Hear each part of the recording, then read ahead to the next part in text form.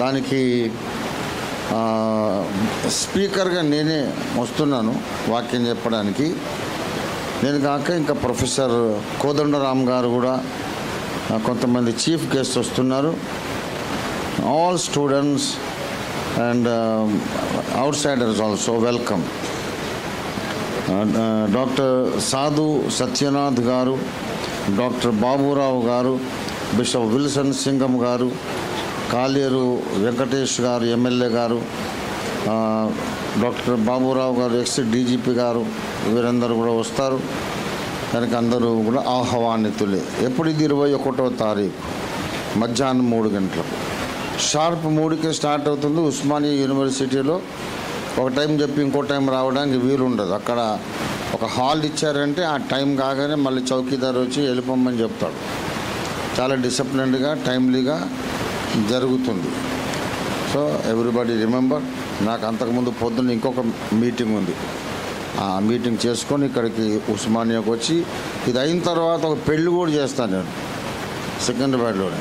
So ఆ రోజు fully tightly packed హబ్సిగూడలో పెళ్లి చేస్తాను.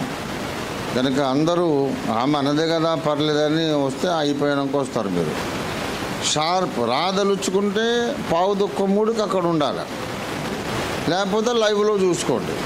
అంతేగాని అయిపోయినాక రావద్దు. మీటింగ్ అయిపోతుంది, బిస్కెట్లు కూడా అయిపోతాయి. దేవునికి స్తోత్రం. హల్లెలూయా. 444 పాట సంఖ్య 444 పాడదాం. దూత పాట పాడుడి, రక్షకు స్తుతించుడి, ఆ ప్రభుండు పుట్టెను బెత్లెహేమునందున, భూజనము ఎల్లాను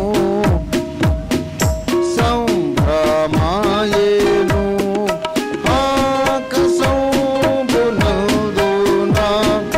మృగు పాట చాటుడి, దూత పాట పాడుడి, రక్షకు స్తుతించుడి.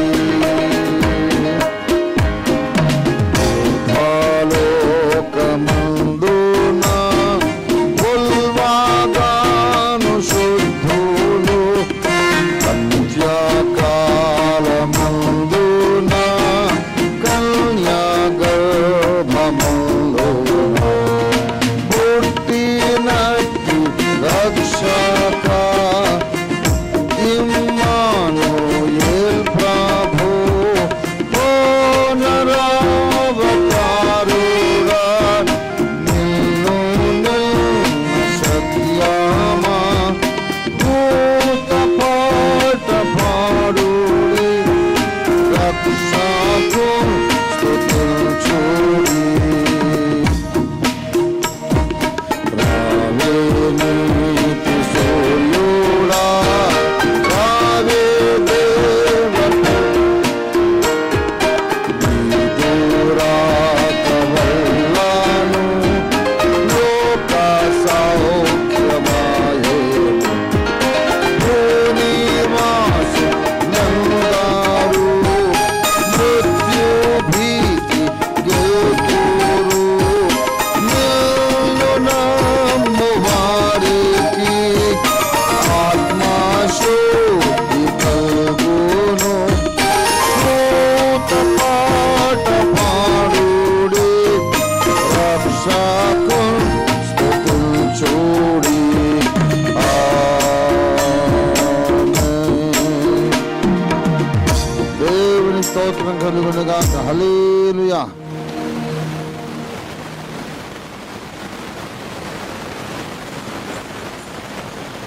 ప్రభునందు నాకు అత్యంత ప్రియులారా, హెబ్రీ పత్రిక 9వ అధ్యాయం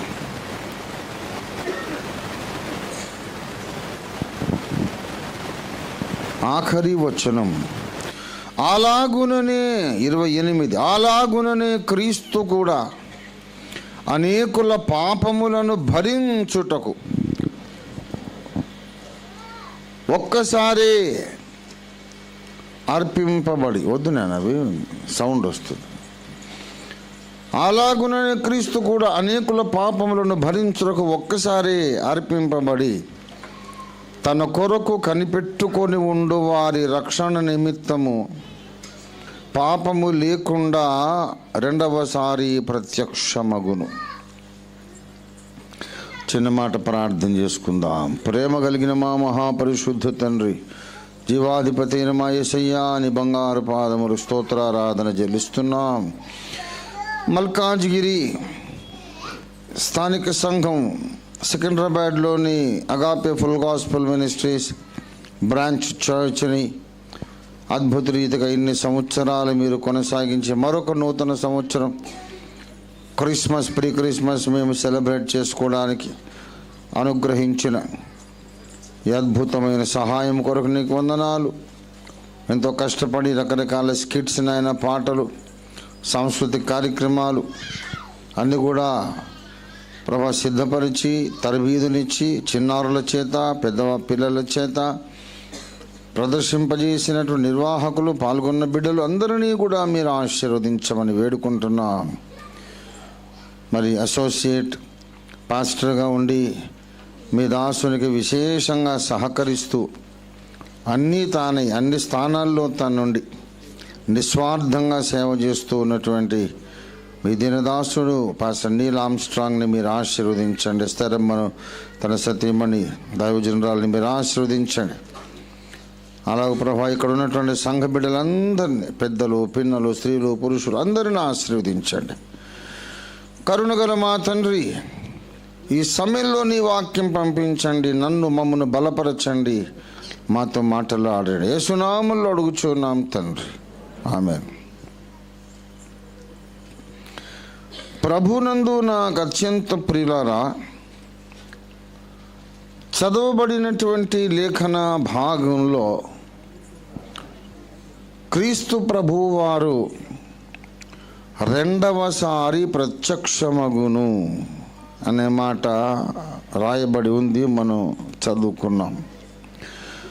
క్రీస్తు ప్రభువు రెండవసారి ప్రత్యక్షమగును. ఆయన మొదటిసారి ప్రత్యక్షమయ్యాడు. యేసు ప్రభువు వారు ఈ లోకంలోకి రావడానికి వచ్చి 3 మాటలు వ్రాయబడ్డాయి బైబిల్లో.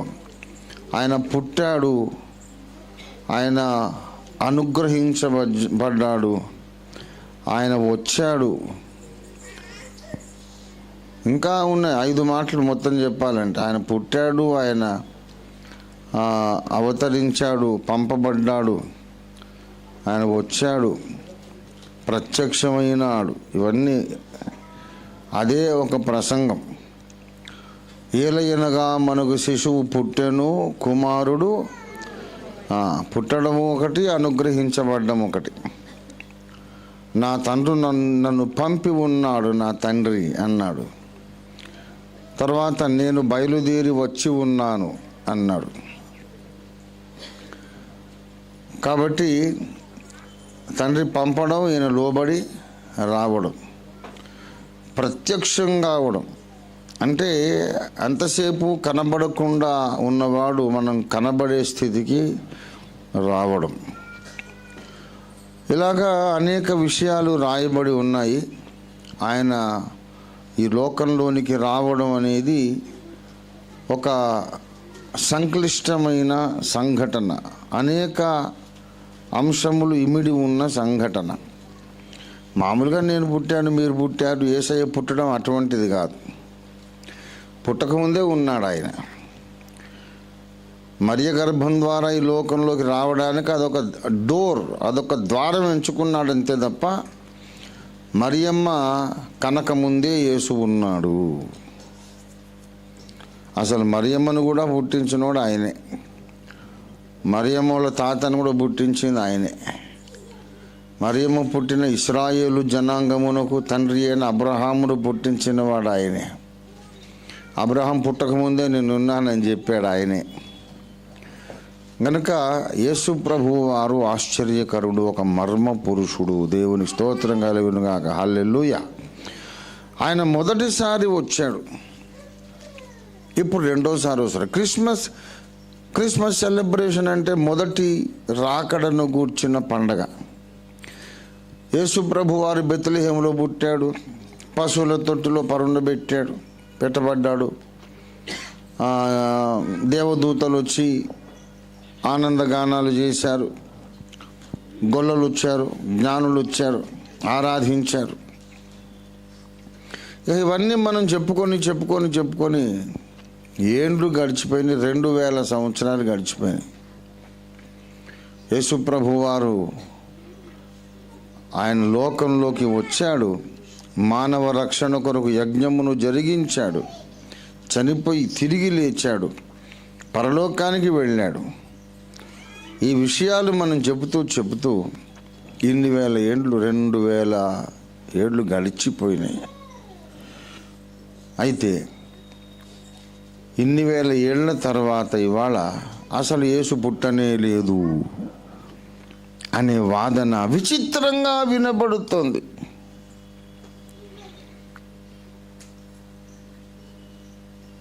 షాజహాన్ అనేవాడు ఒక ఫిక్టీషియస్ క్యారెక్టర్. షాజహాన్ అనేవాడు చరిత్రలో లేడు అంటే ఎవరైనా వింటారా? అరే తిక్కలోడు అంతలావు తాజ్మహల్ కనబడుతుంది, అక్కడ అంతలావు తాజ్మహల్ కనబడుతుంది, ఆయన లేకపోతే ఆ తాజ్మహల్ ఎట్లా ఉంటుంది అని ఎవరైనా మనల్ని మంచిగా తిట్టి గడ్డి పెడతారు. అలాగే యేసు ప్రభు వారు పుట్టనే లేదు, ఆయన చరిత్రలో లేడు అనేదంతా వెర్రి మొర్రి వాదన. ఆయన ఎప్పుడూ పుట్టలేదు, అసలు యేసు అనేవాడు చరిత్రలోనే లేడు, కల్పిత పాత్ర అని కల్పిత పాత్రలను ఆరాధించే వాళ్ళందరూ చెబుతున్నారు. ఏమండి, అదంతా వాళ్ళ కథ. లేనిది పుట్టించడం, ఊహించుకొని పుస్తకాలు రాసుకోవడం, కథలు రాసుకోవడం, అదే నిజమని బల్లగుద్ది చెప్పడం, జనాలను మోసం చేయడం, మభ్యపెట్టడం వాళ్ళ సంగతి. అది వాళ్ళ కథ, వాళ్లకు అలవాటైన విషయం. యేసు ప్రభువు వారు అసలు ఎన్నడూ పుట్టకపోతే, ఆయన చరిత్రలో లేకనే పోతే, ఆయన పుట్టాడు అనే కథ పుట్టించింది ఎవరు? మరి ఎవరు పుట్టించారు? అసలు క్రిస్టియానిటీ ఎలా మొదలైందో చరిత్ర తెలియని వాళ్ళు ఇలాంటి పిచ్చివాగుడు వాగుతారు. క్రైస్తవ్యం యేసే మా దేవుడు, మా రక్షకుడు అని ఆయనను ఆరాధించి ఆయనను ప్రకటించడం ప్రారంభమైన 2000 సంవత్సరాల క్రిందట ఎవడైనా నేను క్రైస్తవుణ్ణి అని చెప్పుకుంటే వాడిని అడ్డంగా నరికి పారేశారు రోమా ప్రభుత్వం. ఈ నామమును బట్టి మీరు మాట్లాడకూడదు, బోధింపకూడదని గట్టిగా ఆజ్ఞాపించారు. రాళ్ళు కొట్టి చంపారు, తలలు నరికి చంపారు, అడ్డంగా నరికేసి రంపాలతో కోసి చంపారు. చెట్లను, తాటి దూలాలు, టేకు దుంగల్ని రంపంతో పరపర కోసినట్టు మనుషులను కోశారు. స్తంభాలను కట్టేసి తారుబూసి అగ్ని ముట్టించి సజీవంగా కాల్చేశారు. ఇది చరిత్ర. లేని కల్పిత పాత్ర కోసం ఎవడు ప్రాణాలు అర్పిస్తాడండి? యేసు నిజంగా మేము కళ్ళతో చూసాము, ఆయన అద్భుతాలు చూసాము, ఆయన బోధలు మా చెవులతో విన్నాము, ఆయన శిలువ మీద వ్రేలాడి చనిపోవడం మేము కళ్ళారా చూసాము, ఆయన సమాధిలో పెట్టబడ్డం మాకు తెలుసు. ఆ సమాధికి రోమా ప్రభుత్వం కావలి ఉంచారు. అయినా సరే 3వ నాడు పరలోకము నుండి దేవదూత వచ్చి అడ్డంగా ఉంచిన రాయిని తొలగించేస్తే అప్పుడు తెలిసింది ఆయన ఎప్పుడో పునరుద్ధాన మహిమ దేహంతో బయటికి వెళ్ళిపోయాడు. యేసు తిరిగి లేచాడు, మేము కళ్ళతో చూసాం, ఆయన ముట్టుకున్నాం, పట్టుకున్నాం, ఆయన గాయాల్లో వేలు పెట్టాం, ఆయన రొట్టె ముక్కలు ఇచ్చాం, తిన్నాడు. భూతం కాదు, దెయ్యం కాదు, శరీరం కలిగిన వాడు, ఆయనకు మాంసము ఎముకలు ఉన్న శరీరం ఉంది. రే, పిచ్చి కథలు చెప్పకండి. ఇలాంటి పిచ్చి కథలు చెప్పారంటే చంపి పారేస్తామన్నారు. చంపితే చంపండి సార్, చచ్చిపోతాము. కానీ ఆయన చచ్చిపోయి లేవడం మాత్రం మా కళ్ళ ముందే జరిగిందండి అని, యేసు నిజముగానే చనిపోయి లేచాడని ఆ సత్యము కొరకు లక్షల మంది ప్రాణం అర్పించారు. ఒక అబద్ధాన్ని పుట్టించి అబద్ధాన్ని నమ్మడానికి, అబద్ధాన్ని నిలబెట్టడానికి లక్షల మంది ప్రాణాలు అర్పించిన చరిత్ర మానవ చరిత్రలో ఎప్పుడైనా ఇంకొకటి ఉందా? వాళ్ళు చచ్చిపోవడానికైనా ఇష్టపడ్డారు, కానీ యేసు మరణము పునరుద్ధానం అబద్ధం అంటే ఒప్పుకోలేదు. మమ్మల్ని చంపితే చంపండి సార్, ఆయన చనిపోవడం నిజం, తిరిగి లేవటం నిజం. అసలు లేని వాడి కొరకు ప్రాణమే కూడా ఇస్తాడండి. కళ్ళారా చూశారు కాబట్టి ఆయన కొరకు ప్రాణం అర్పించారు. యేసు ప్రభువు వారు కొన్ని కోట్ల మంది జీవితాలను మార్చారు. ప్రపంచ చరిత్ర గతిని మార్చారు. ఒక ప్రపంచ ప్రభుత్వమునే ప్రభావితం చేశారు. ఇంత జరిగిన తర్వాత ఆయన పుట్టనే లేదు అని చెప్పి వాళ్ళ మతోన్మాదులు ప్రచారం చేస్తున్నారు. వీళ్ళను ఒక మెంటల్ హాస్పిటల్లో చేర్పిస్తే మంచిది. తలకాయలో గుజ్జు లేని దద్దమ్మలందరూ తయారయ్యారు. మేము పెద్ద దేశభక్తులు అనుకొని. కామన్ సెన్స్ లేదు. యేసు ప్రభు వారి జయంతి ఎప్పుడో మీకు సరిగ్గా తెలియదు, పుట్టినరోజు ఎప్పుడో తెలియదు, ఆయన గురించి పండగ ఏంటి, ఆ మతాన్ని ప్రచారం చేయడం ఏంటి, ఏ రోజు పుట్టాడు మీకు సరిగ్గా తెలియదు అని మాట్లాడుతున్నారు. అంటే ఏంటి వాళ్ళు ఇంప్లాయ్ చేసేది, వాళ్ళు ప్రతిపాదించే సిద్ధాంతం ఏంటి? ఎవరైనా ఒక మనిషి కరెక్ట్గా జన్మదినము ఫలానా దినం, ఫలానా సంవత్సరం, ఫలానా నెల, ఫలానా సమయానికి పుట్టాడు అని చెప్పగలిగితే తప్ప వాడు పుట్టాడని మనం ఒప్పుకోకూడదు అని వాళ్ళు ప్రతిపాదిస్తున్నారు. మళ్ళీ అంటారు శ్రీరామనవమి ఉంది, ఆయన జన్మదినం. శ్రీకృష్ణ జన్మాష్టమి ఉంది, ఆయన జన్మదినం. బుద్ధ జయంతి ఉంది, ఆయన జన్మదినం. మరి యేసు జయంతి ఏది? లేదు, పుట్టలేదు. పుట్టలేదు. సరే, పుట్టనోడిని గురించి చెప్తాం, మీరు ఎందుకు అంత భయపడుతున్నారు? మరి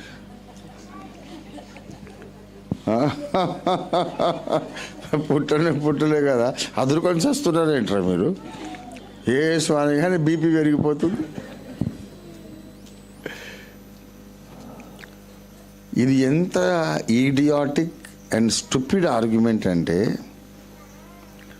నేను చెప్తున్నాను, సరే కృష్ణ జన్మదినం ఉంది, కృష్ణాష్టమి.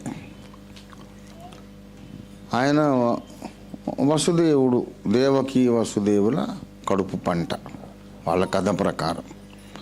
తర్వాత గోకులంలో యశోదమ్మ పెంచింది, అది వేరే విషయం. దేవకి వసుదేవుల గర్భఫలం. వసుదేవుని జయంతి ఎప్పుడు? వసుదేవుడు ఎప్పుడు పుట్టాడు అంటే అదేమో తెలియదు సార్. అయితే వసుదేవుడు పుట్టలేదు. దశరథ జయంతి ఎప్పుడు అంటే అది తెలియదు సార్. మరి దశరథుడే పుట్టలేదు కదా. మరి దాశరథి ఆయన కొడుకు ఎట్లా పుట్టాడు? మరి ఇప్పుడు మా నాన్న పుడితేనే కదా నేను పుట్టేది. మా నాన్న పుట్టాడు కాబట్టి నేను పుట్టాను. మా నాన్న పుట్టుకే అసలు లేనే లేదు చరిత్రలో అంటే మరి నేను ఎట్లా పుట్టాను? వాళ్ళ లాజికే. బుద్ధ జయంతి ఉంది. మరి శుద్ధోదన మహారాజ్ జయంతి ఎప్పుడు? అది తెలీదు. వీళ్ళకి అవసరమైన మేర కథలు రాసుకొని ఖచ్చితమైన డేట్లు గిట్లంతా రాసుకున్నారు. ఫలానా తిథి, ఫలానా నక్షత్రం, ఫలానా ముహూర్తం, ఫలానప్పుడు పుట్టాడు అని రాసుకున్నారు. వాళ్ళ తండ్రిది తాతది కూడా రాయాలని ఆవిడియే రాలేదు. ఇప్పుడు ఆ వీడియో వచ్చింది. ఏంటంటే యేసు జన్మదినం రాయబడలేదు కనుక యేసు పుట్టనట్టే.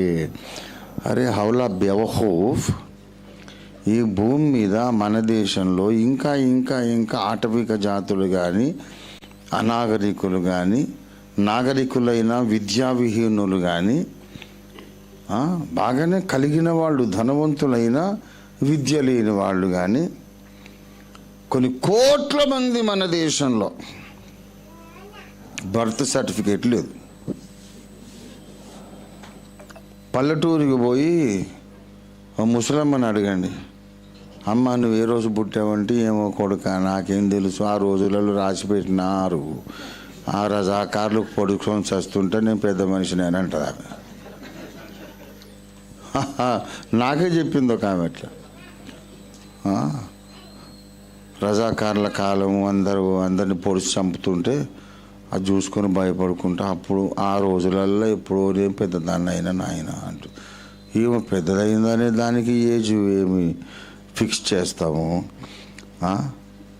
రజాకారుల గొడవలు సంవత్సరాలు జరిగినాయి, అందులో ఏ సంవత్సరము, అప్పుడు ఏమికెంత వయసు, ఈ అసలు సరిగ్గా జన్మదినమే చెప్పడం. అవ్వా నువ్వు పుట్టలేదంతే, हम ये नहीं मानेंगे कि आपका पैदाश कभी हुआ, आप पैदा नहीं हुए, నువ్వు పుట్టలేదంతే, నువ్వు పుట్టలేదంటే ఏందిరా మనవాడ మెంటల్ వచ్చినా అదిరా, నేను పుట్టకపోవడం ఏందిరా, నా కొడుకులు పుట్టారు, బిడ్డలు పుట్టారు, మనవాళ్ళ పెళ్ళి కూడా అయింది, నేను పుట్టకపోవడం ఏందిరా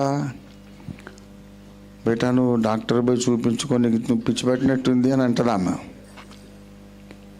ప్రియులారా, అట్లాగే చాణక్యుడు ఏ రోజు పుట్టాడు అన్నీ అడుగుతా నేను. నాకు గుర్తొచ్చిన పేర్లని అడుగు చెప్పాలా.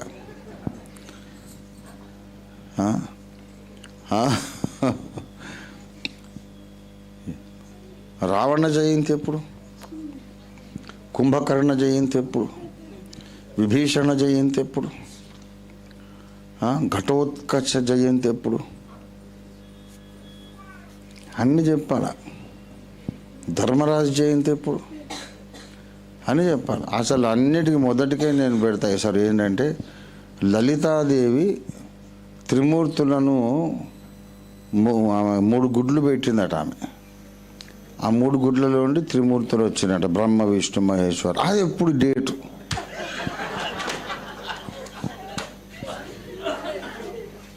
కావాలి, లేకుండా చెప్పిన కథాబద్ధం. అరే హౌలా, డేట్ చెప్తేనే పుట్టినట్టు అనేది నువ్వు వెనుకకు తీసుకో ఆర్గ్యుమెంట్, అది బెవహూఫ్ ఆర్గ్యుమెంట్. అది డేటు చెప్పితే పుట్టినట్లు కాదు, అతని ప్రభావము సమాజం మీద ఉంటే అతడు పుట్టినట్టు. దేవునికి స్తోత్రం కలుగును గాక. అరే నేర్చుకుంటారా ఎట్లా ఆలోచించాలనో. క్రైస్తవులను విమర్శించే వాళ్లకు కూడా అసలు ఎలాగా విమర్శించాలో, ఎలాగ ఆలోచించాలో మేమే నేర్పించాల్సి వస్తుంది. అది నీకు పట్టిన కర్మ. ఎవడన్నా వచ్చి నన్ను తిడితే, అరే ఇది గ్రామర్ మిస్టేక్ పోయి ఇట్లా తిట్టోదు అట్లా తిట్టాలని నేను చెప్పాల్సి వస్తుంది.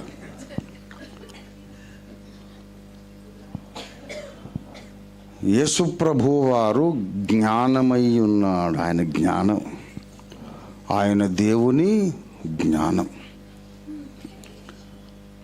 కనుక యేసుక్రీస్తుకు విరోధంగా మాట్లాడేవాళ్ళు జ్ఞానమునకు విరోధంగా మాట్లాడుతున్నారు. సామెతల గ్రంథం 8వ అధ్యాయము 1వ వచనం, జ్ఞానము ఘోషించుచున్నది. ఈ జ్ఞానము ఘోషించడం ఏంటి? వివేచన, తన స్వరాన్ని వినిపించడం ఏమిటి అంటే, జ్ఞానము అని పిలువబడిన ఒక వ్యక్తి ఉన్నాడు. 1 కొరింథీ పత్రిక మొదటి అధ్యాయము 24వ వచనం. ఆయన యూదులకు ఆటంకముగాను 24 అన్యజనులకు వెరితనముగాను ఉన్నాడు. గాని యూదులకేమి గ్రీసు దేశస్థులకేమి పిలువబడిన వారికి దేవుడు క్రీస్తు ప్రభువు వారు దేవుని శక్తియు దేవుని జ్ఞానమై ఉన్నాడు. God's wisdom personified is Christ. Yesu ప్రభువు వారి జన్మదినం బైబిల్లో కావాలనే దేవుడు రాయలేదురా, హౌలా కహీకా.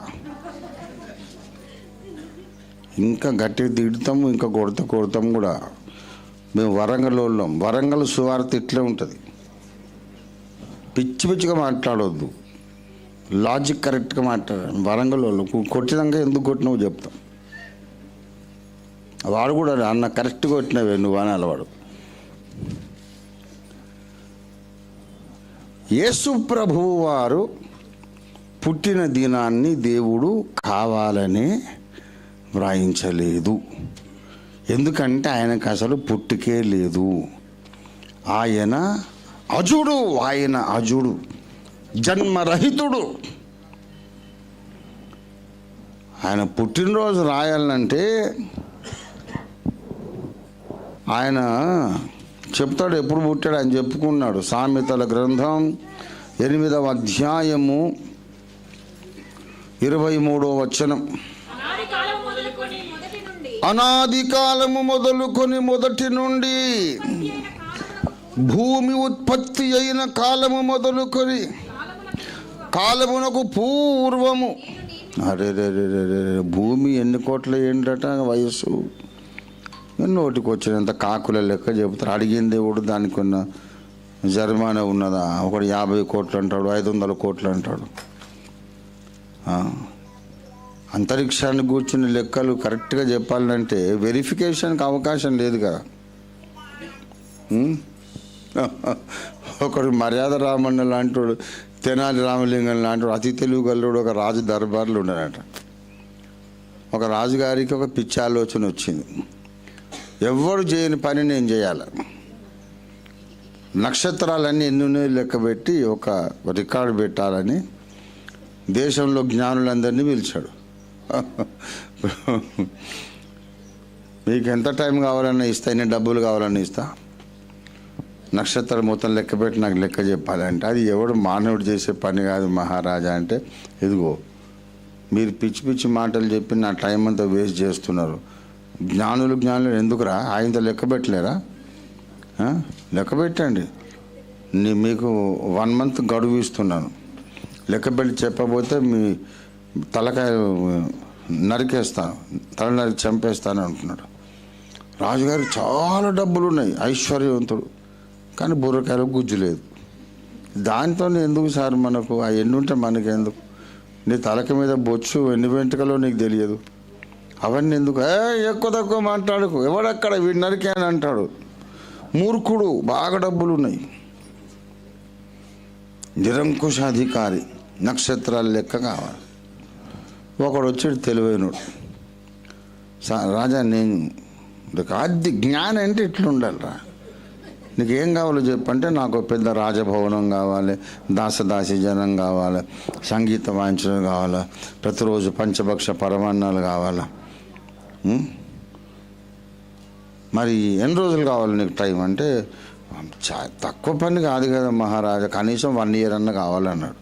తీసుకోరా సరే 1 year పాటు వీడికి మంచి రాజభవనము, దాసదాసి జనం, సంగీత నాట్య బృందాలు అన్ని ఏర్పాటు చేయండి, ఎన్ని డబ్బులు కావాలని ఇవ్వండి వాడికి. ఇక వాడు అక్కడ పోయి కౌంటింగ్ లేదు, ఏం లేదు, మంచిగా తింటున్నాడు, ఎంజాయ్ చేస్తున్నాడు.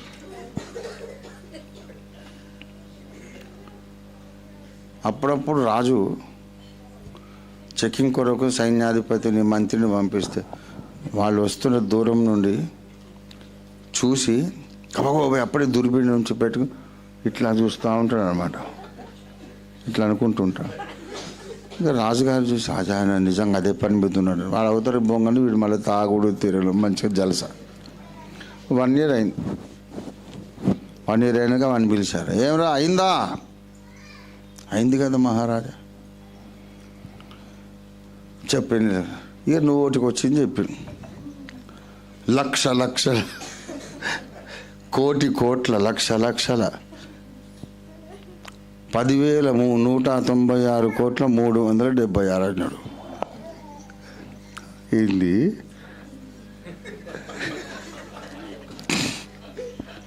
రాజుగారి పరేషాన్. అరే లక్షల కోట్ల ఏంద్రా పిచ్చిగా నువ్వు పిచ్చుకుందని ఏంటి ఆ లెక్క చెప్తున్నావు అంటే, మహారాజా నాకు ఇంత లెక్క తేలింది, కాకపోతే మీరు వెరిఫై చేసుకోండి, ఏమన్నా తప్పు వస్తే నా తలకైతే ఏం చేసేయమన్నాడు. వీడెక్కడ లెక్క పెట్టుకొని కూర్చుంటాడు.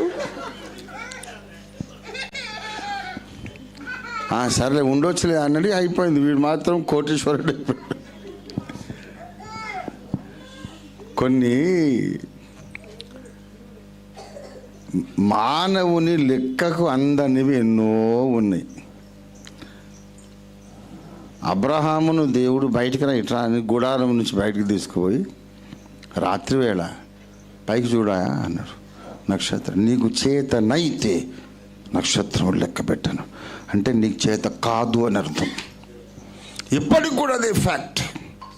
Even now the scientist just cannot count the stars. నక్షత్రాలు లెక్క పెట్టడం అసంభవం. ఎందుకంటే వాడు అదే పనిగా వాడు పవర్ఫుల్ టెలిస్కోప్లో 1, 2, 3 అని లెక్క పెడుతుంటే నిన్న మొన్న లేని కొత్త నక్షత్రాలు బయటపడుతున్నాయి. నిన్న మొన్న ఉన్నాయో అవతలికి వెళ్ళిపోతున్నాయి. ఇప్పుడు కొత్త సిద్ధాంతం వచ్చింది. మనకున్నది యూనివర్స్ కాదు, మల్టీవర్స్ అని. యూనివర్స్ అంటే ఒక విశ్వము, మల్టీవర్స్ అంటే అనేక విశ్వములు. ఎన్ని కోట్ల గెలాక్సీలు, పాలపుంతలు, నెబ్యులాలు. ఇట్లాంటిదే ఆ పక్కన ఇంకొకటి ఉంది, ఆ పక్కన ఇంకొకటి ఉంది, మల్టీవర్స్. అప్పుడప్పుడు అవతలి నక్షత్రాలు ఈ పరిధిలోకి వస్తున్నాయి, ఇవి అవతలికి వెళ్ళిపోతున్నట్టు కనపడుతుంది అని అంతరిక్ష శాస్త్రవేత్తలు ఇప్పుడు మల్టీవర్స్ అనే సిద్ధాంతాన్ని ప్రతిపాదించారు. మీకు ఇంటర్నెట్లో ఉంది ఈ విషయం. Multiverse, the theory of multiverse అని కొట్టండి, గూగుల్ సెర్చ్ చేయండి. ప్రియులారా, ఎవడు లెక్క పెడతాడండి? ఇక్కడ ఉన్నది ఒకదానితోనే మనం లెక్క పెట్టలేకుండా ఉంటే దాని అవతల ఇంకోటి మనం పిచ్చెక్కిపోద్ది మనకు. అవన్నీ దేవుడు లెక్క పెట్టేశాడట. ఒక్కొక్క దానికి పేరు పెట్టాట. దేవునికి స్తోత్రం కలుగును గాక. ఇక్కడ దేవుని జ్ఞానమై ఉన్న యేసయ్య చెప్తున్నాడు, నేను పుట్టాను ఎప్పుడు అంటే భూమి నేల మంటిని రవ్వంత కూడా ఆయన చెయ్యక ముందు నేను పుట్టా. అంటే భూమి వయసు ఎంత అంటే ఏమో 500 కోట్లు అంటాడు, 1,00,000 కోట్లు అంటాడు, 1000 కోట్లు అంటాడు, ఏమో. ఇక అది ఎంతైనా కానీ నేను ఎప్పుడు పుట్టానంటే నేను పుట్టినప్పుడు ఈ భూమి పుట్టలేదని చెప్తున్నాడు. ఆయనే మనిషి అయి పుట్టి భూమి మీదకి వచ్చాడు. ఈయన దేవుని జ్ఞానము అని పౌలు చెబుతున్నాడు. గనక యేసుకు విరోధంగా ఎవడైనా మాట్లాడుతున్నాడంటే జ్ఞానమునకు విరోధంగా మాట్లాడుతున్నాడు. జ్ఞానానికి విరోధంగా మాట్లాడుతున్నాడంటే బుద్ధిహీనమైన వాదాలు చేస్తున్నాడు. లాజిక్ ఉండదు, తర్కం ఉండదు. యేసుకు వ్యతిరేకమైన తెలివైన వాదన నేను ఇప్పటికీ వినలేదు. All arguments against Jesus Christ are 100% stupid arguments. యేసుకు నిజంగా మనం బర్త్డే పెట్టాలంటే ఆ డే పెట్టాలి. ఏ దినము? 2వ కీర్తన 7వ వచనంలో ఉన్న దినం. నీవు నా కుమారుడవు, నేడు నేను నిన్ను ఆ రోజు పెట్టి చేయాలి. అది కూడా ఆయన జన్మదినం కాదు.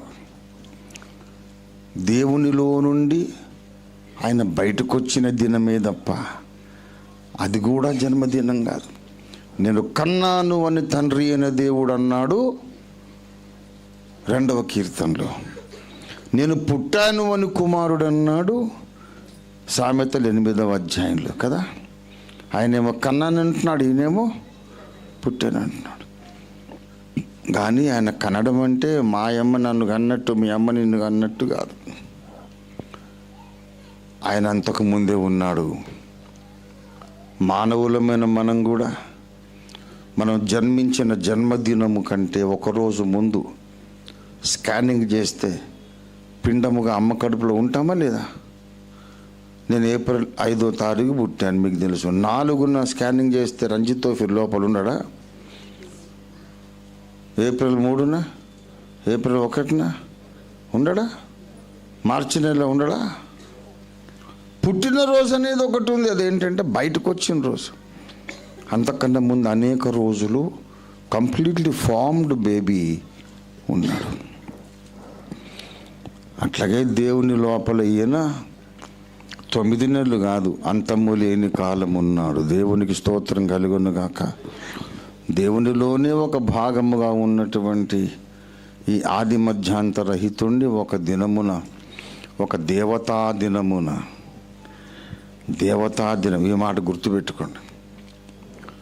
దేవతా దినములున్నవి, దేవతా సంవత్సరములున్నవి.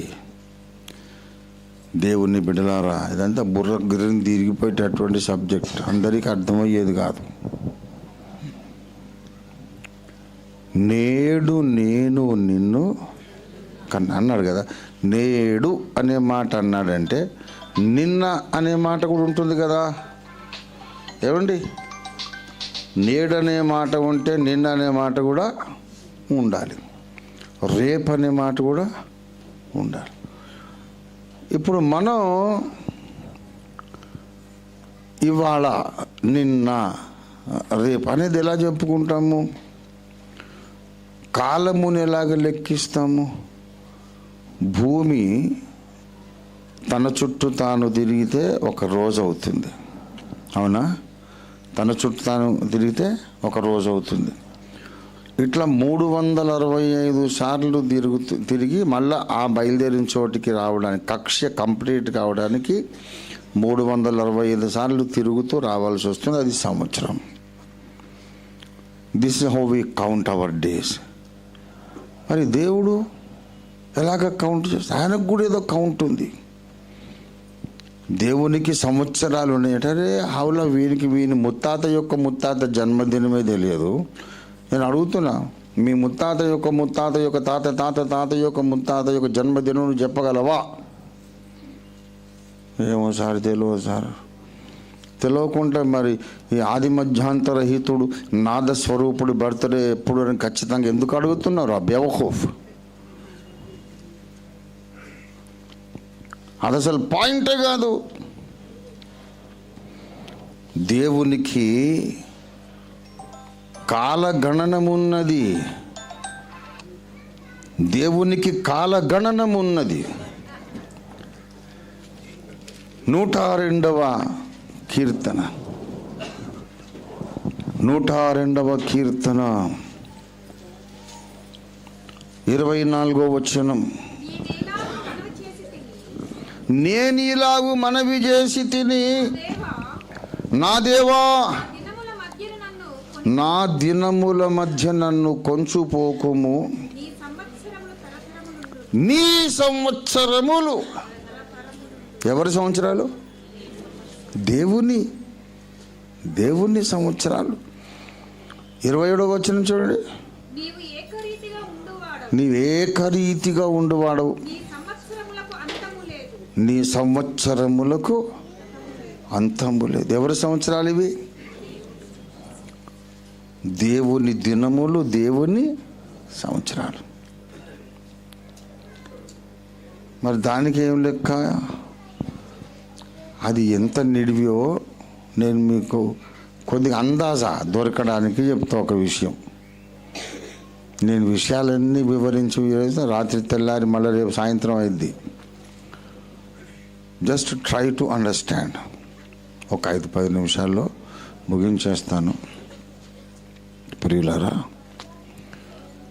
మీరు అటెంటివ్గా వింటే 5-10 నిమిషాల్లో అయిపోతుంది. ఏదో చెప్తున్న సోదరి దిక్కులు చూస్తే మీకు అది అర్థమైంది దాకా నేను చెప్తాను కనుక చాలా టైం పడుతుంది.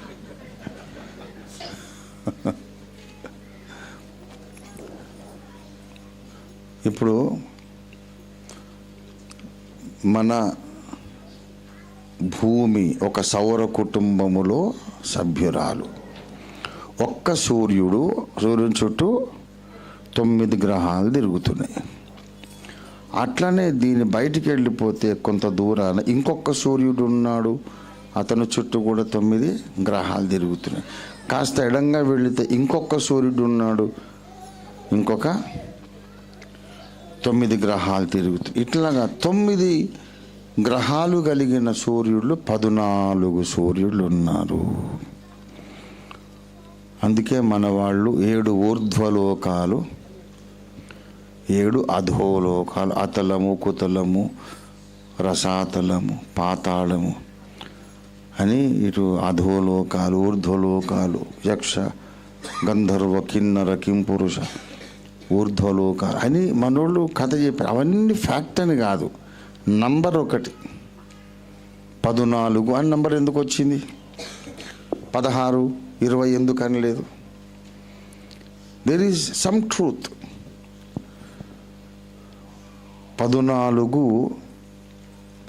లోకాలు అంటే 14 సౌర కుటుంబాలు ఉన్నాయి. ఒక్కొక్క సౌర కుటుంబంలో నివాస యోగ్యమైన ఒక్కొక్క భూమి ఉంటుంది. మిగతా 8 వాళ్ళను ప్రభావితం చేస్తూ ఉంటాయి. ఆ ఒక్కొక్క భూమి మీద నివాసులు ఉంటారు. నివాసయోగ్యం కాబట్టి నివాసులు ఉంటారు.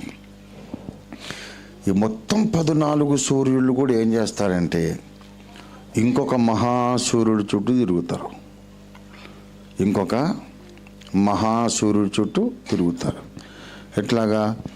భూమి సూర్యుడి చుట్టూ తిరిగేటప్పుడు ఈ భూమి చుట్టూ చంద్ర ఉపగ్రహం తిరగట్లే.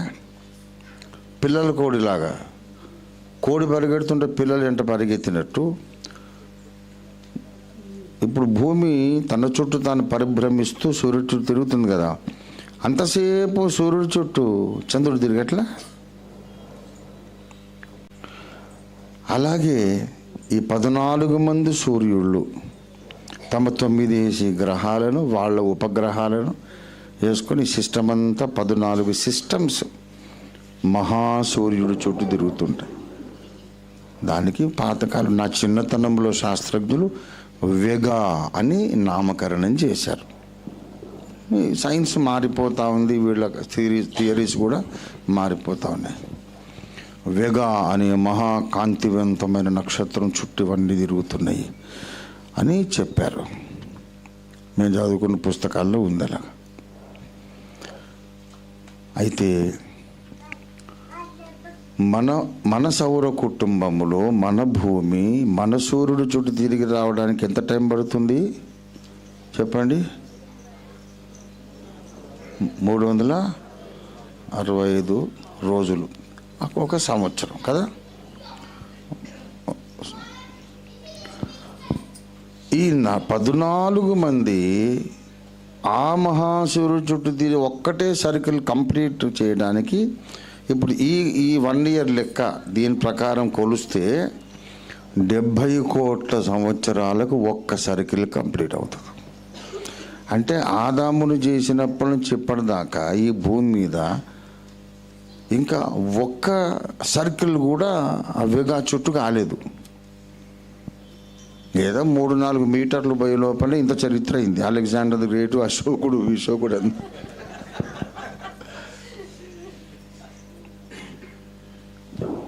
మరి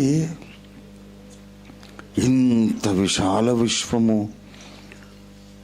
ఇదంతా అసలు చేసిందే నేను కదా అంటున్నాడు. ఇవన్నీ ఎవరు చేశారా? మీ తాత చేశాడా? ఓరి అమాయకుడా, ఇవన్నీ నేను కదా చేసిన వాడను అని మాట్లాడుతున్నాడు. యెషయా గ్రంథము 48వ అధ్యాయం 48:12 యాకోబు అరే గారు యాకోబు అరే పలికించాను. చదువు యాకోబు చదువు.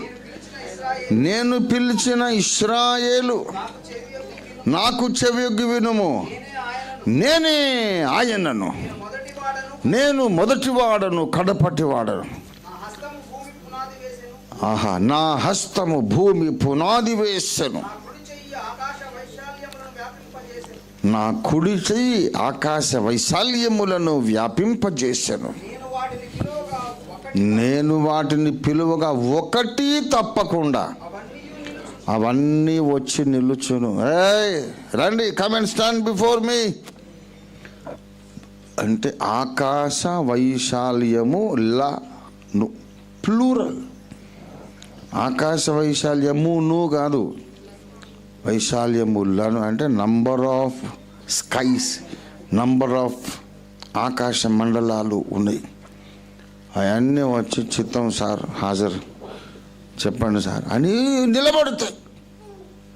నేను చేశాను కానీ రండి నిలబడమంటే నిలబడతాయి. నేనే కదా అవి చేశాను.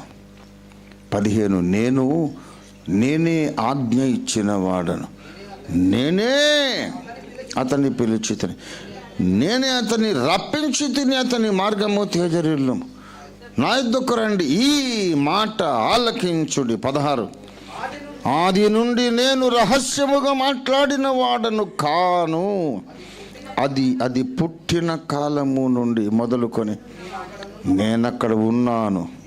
ఇప్పుడు ప్రభువగు యెహోవాయు, ఆయన ఆత్మయు, ఇదిగో ఈయన 3వ వ్యక్తి. ఇంకిద్దరు ఉన్నారండి మా దగ్గర. నేను ఇప్పుడు వచ్చాను భూమి మీదకి.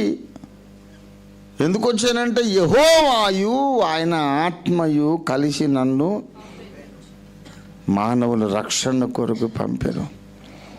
ఆయన పుట్టినరోజు మనం చేస్తున్నాం. నేను నకరికల్లో ఉన్నప్పుడు క్రిస్మస్ కేక్ పెట్టి కొవ్వొత్తులు పెడతామన్నారు. నేను చెప్పాను, పిచ్చోడు ఆ పని మాత్రం పెట్టుకోకాయా, దవడలన్నీ నొప్పెట్టి చచ్చిపోతాం మనం. ఎందుకన్నా అని అన్నాడు. ఇప్పుడు పిల్లలు పుట్టి ఎన్ని సంవత్సరాలు అయిందో ఆ లెక్క ప్రకారం మనం క్యాండిల్స్ పెడతాం. 10 ఏళ్ళు అయితే 10 క్యాండిల్స్, 11ది పక్కన పెడతాం ఊదకుండా. ఇది రన్నింగ్ ఇయర్ అన్నమాట. 10 ఊదేస్తే అయిపోయినాయి. ఇప్పుడు ఇంక 11ది. ఇప్పుడు యేసయ్యకు ఎన్ని కోట్ల క్యాండిల్ ఉఫు ఉఫు ఉఫు అని ఊది చచ్చిపోతే పిచ్చోడా. ఎన్ని కోట్లు పెట్టినా కూడా నీకు లెక్క తెలుసా అసలు? ప్రపంచంలో ఉండే కొవ్వొత్తులు అన్నీ తెచ్చిపెట్టిన ఆయన సంవత్సరాల లెక్క అంతకంటే ఎక్కువ. దేవుని స్తోత్రం కలుగును గాక. క్రిస్మస్ అంటే ఏంటంటే అసలు పుట్టికే లేనివాడు ఈ లోకంలో ప్రవేశించినందుకు మనము ఆనందించడమే క్రిస్మస్. దేవునికి స్తోత్రం కలుగును గాక. హల్లెలూయా. పుట్టుక లేనివాడు ఈ లోకంలోకి ప్రవేశించాడు, మానవ చరిత్రలోకి ప్రవేశించాడు, మానవ జాతిలోకి ప్రవేశించాడు. కితనీ ఖుషీ की बात है, हमारे लिए फख्र की बात है. మానవ జాతికే ఇది గర్వకారణం. అరే ఆయన గురించి మాట్లాడేది కుక్క, ఆయన పుట్టలేదంట. ఇక మాట్లాడేటప్పుడు అసలు కొంచెం అర్థం ఉండాలి. యేసు ప్రభు చరిత్ర అయిపోయినాక క్రీస్తు శకము కొన్ని శతాబ్దాలకు నలందా విశ్వవిద్యాలయం కట్టారు. ఓ తిక్కలోడు చెబుతాడు, చరిత్ర ప్రొఫెసర్ అటవాడు. యేసు ప్రభు ఇండియాకు వచ్చి నలందా విశ్వవిద్యాలయంలో చదువుకొని పోయాడట. అరే బేవఖూఫ్, ఏం చదివినరా నువ్వు చరిత్ర? యేసు ప్రభు వారు ఆరోహణమైనాక కొన్ని 100 సంవత్సరాలు అయినాక నలందా విశ్వవిద్యాలయం స్థాపించబడింది.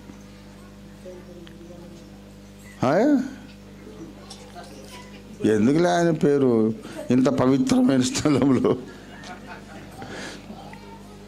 I have lost all respect for him. అంతకుముందు ఆయన కొన్ని చారిత్రక నావల్స్ రాశారు, అది ఇది అని. అంటే మంచి మంచి ఒక గౌరవనీయ వ్యక్తి అని ఉండే నాకు. ఆ గౌరవం అంతా పాడు చేసుకున్నాడు ఆయన. ఓసారి అంటాడు, యేసు అనేవాడు పుట్టనే లేదు, ఆయన ఒక కల్పిత పాత్ర, ఆయన ఊహాజనిత పాత్ర. యేసు అనేవాడు పుట్టనే లేదంటాడు. మరి పుట్టనే లేనోడు నలంద యూనివర్సిటీకి ఎట్లా వస్తాడు?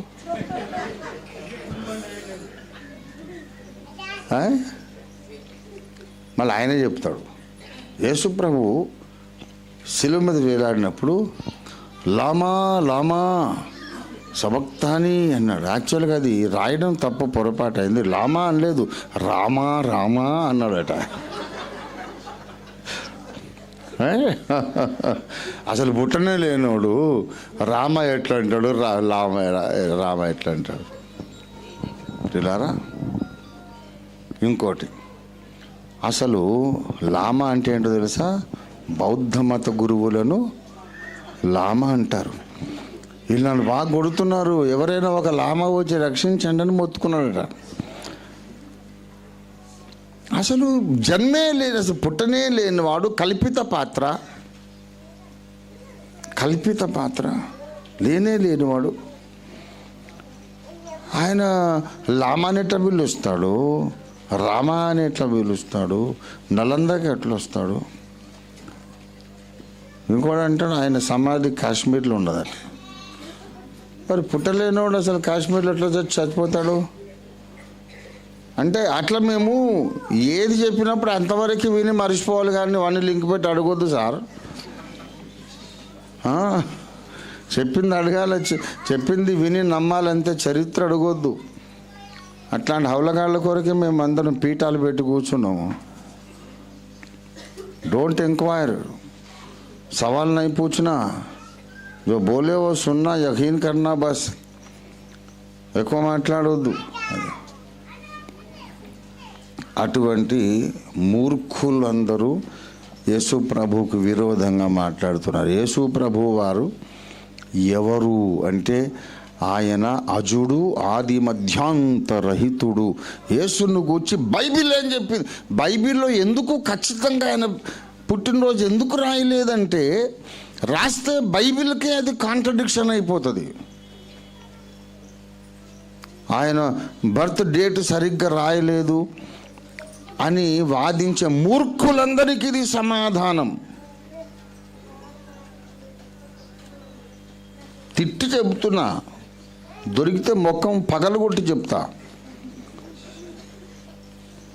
ఆయన జన్మదినము ఎందుకు రాయలేదు అంటే, అలా రాస్తే బైబిల్కి అది స్వయం ఖండన అవుతుంది. ఎందుకంటే బైబిల్ యేసును గూర్చి ఈ మాటలు చెప్పింది. ఏమని చెప్పిందో హెబ్రీ పత్రిక 7వ అధ్యాయం ప్రారంభము నుండి చదవండి. రాజులను సంహారము చేసి తిరిగి వచ్చుచున్న అబ్రాహామును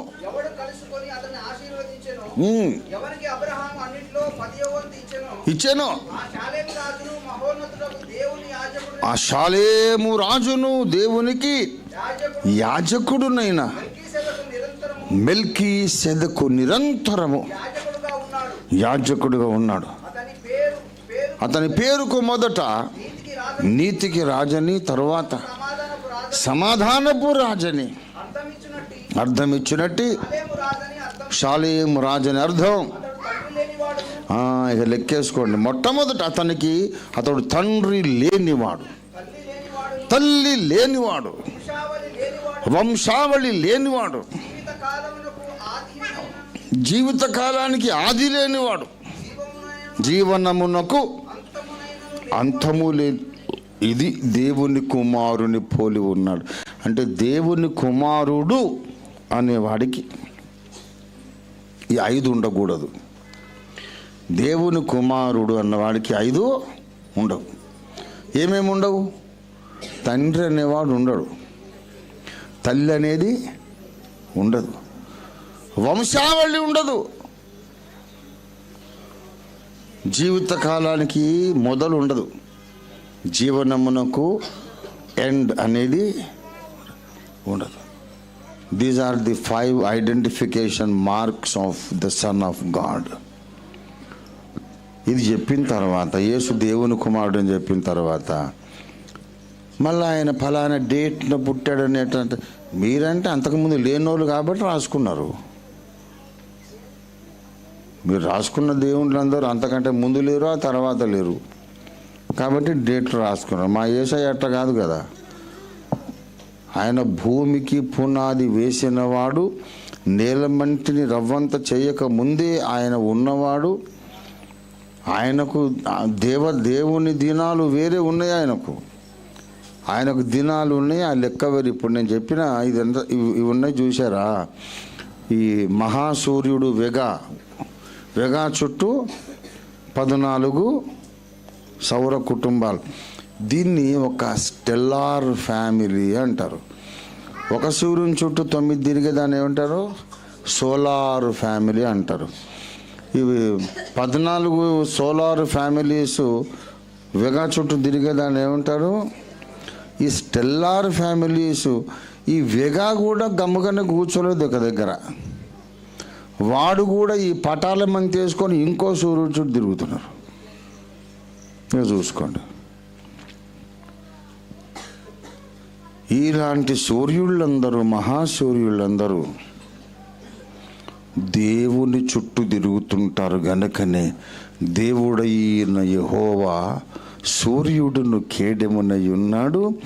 ఆయనకు వేదములలోను మహాసూర్యుడని పేరు. మహాసూర్యుడు. ఆయన భూమి మీద పుడతాడు. భూమి మీద నడిబొడ్డు లాంటి కేంద్ర ప్రదేశంలో పుడతాడు.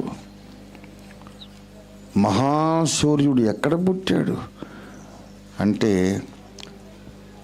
భూమి యొక్క నడిబొడ్డు నాభి లాంటి దేశంలో. ఆయనను గూర్చి ఆయన పుట్టుక తేదీ తెలియదు కనుక పుట్టలేదంటావా? అసలు నువ్వు బ్రహ్మ ఎప్పుడు పుట్టాడు చెప్పు? అన్నీ మీరు నిరూపించలేనటువంటి ఊహాజనితమైన గాథలు, కథలు రాసుకొని లేని వాడిని ఇంతమంది ఆయన పేరు చెప్తే భయపడుతున్నారు ఎందుకండి? ఆయన ఉన్నాడు. ఆయన నిజంగా చరిత్రలో ప్రవేశించాడు గనక ఆయన ఉన్నాడు, ఆయన వచ్చాడు, ఆయన మన కొరకు మరణించాడు, తిరిగి లేచాడు, దీనికి మేము సాక్షులము అని ఆరంభములో సాక్ష్యాలు చెప్పిన వాళ్ళు మహారాజులు కాదు, చక్రవర్తులు కాదు, నిరుపేదలు, కూలినాలి జనం, దిక్కుమొక్కు లేని వాళ్ళు. మేము చూసామండి సార్, చేపలు పట్టేవాళ్ళు. చంపి మారేస్తాం, యేసుని గురించి మాట్లాడదంటే చంపండి సార్, కానీ చూసిన వాస్తవం చెప్పకుండా మేము ఊరుకోలేమని నిరుపేదల ద్వారా వ్యాప్తి చెంది ఇంకా తప్పనిసరి పరిస్థితుల్లో చక్రవర్తి కూడా అంగీకరించాల్సి వచ్చిన వాస్తవం యేసు అవతారం. దేవునికి స్తోత్రం కలుగునుగాక. యేసు అసమానుడు. దేవునికి స్తోత్రం. నా యేసయ్యను గురించి నేను మానకుండా 100 గంటలు మాట్లాడాలని నాకు ఆశ. ఎంతసేపు మాట్లాడిన తనివి తీరదు. అంత మహనీయుడు, అంత అతి సుందరుడు, అంత అతి కాంక్షణీయుడు, అంత మహిమాన్వితుడు. బ్రతుకు ధన్యమైపోతుంది యేసుని గురించి మాట్లాడిన, ఆలోచించిన. యేసయ్యను గురించి ఏమన్నంటే నాకు ఎక్కడ లేని కోపం వచ్చేస్తుంది. నన్ను తిడితే నాకు ఏమి కోపం రాదు. నన్ను ఎంతనే తిట్టు, యువర్ రైట్ అంటుంటాను నేను. వానికి బీపీ పెరుగుతుంది. అది ఏందిరా నేను తిడితే నువ్వు రైట్ అంటే అట్లా కాదన్నాను కదా. నువ్వు గొడవకు రావాలి. గొడవ ఎందుకు సార్? నువ్వు మంచిగానే చెబుతున్నావు. తిట్టు, నేను తిట్టు ఇంకా తిట్టు. అరే ఇంకేం తిట్టాలి? అన్న అయిపోయినా నా అక్కడ తిట్ట డిక్షనరీలో కొత్త కల్పించుకొని రాపో. నన్ను తిట్టు, ఎంతైనా తిట్టు. ఎందుకంటే నువ్వు ఒక ఆదాము కొడుకు, నేను ఒక ఆదాము కొడుకును. మనం తిట్టుకుంటే నష్టం లేదు. ఆది మధ్యాంతరహితుణ్ణి నువ్వు ఒక్క మాట అన్నావంటే యుగములు నిత్య పాపము చేసిన వాడివి అవుతావు. యేసును దూషించొద్దు. కుమారుని ముద్దు పెట్టుకున్నది లేని ఎడల ఆయన కోపించును. మీరందరూ ఏకముగా నశించిపోతారు. It is a dangerous sin if you don't love Jesus Christ. ఇవాళ ఎవరు యేసుని వ్యతిరేకించినా నేను ఎక్కువ బాధపడను. ఎందుకంటే నెక్స్ట్ 100 years లోపల వీడు తప్పక యేసైన దేవుడని ఒప్పుకుంటాడు. ఎవరైనా యేసును వ్యతిరేకించని I know 100% within next 50-60 years or 100 years లోపల యేసే దేవుడని ఒప్పుకుంటాడు. ఎందుకంటే నరకంలో పోయి పడతాడు కదా, అక్కడ పోగానే అర్థమవుతుంది, ఒరే నేను అనుకున్న దేవుళ్ళు అన్నీ ఒట్టిదేరా. అక్కడ పోయి అడుగుతా ఆ దేవుణ్ణి, అరే రండిరా రక్షించండి అంటే ఎక్కువ నీ పక్కనే ఉన్న నేను అంటాడు వాడు. అల్లరి చేయకు. అవునా, మరి ఎవరు దేవుడు ఇంకా అర్థం కాలేరా? బేవఖూఫ్, ఆయనే దేవుడు. నజరేయుడైన యేసే దేవుడు. దేవునికి స్తోత్రం కలుగును గాక. హల్లెలూయా.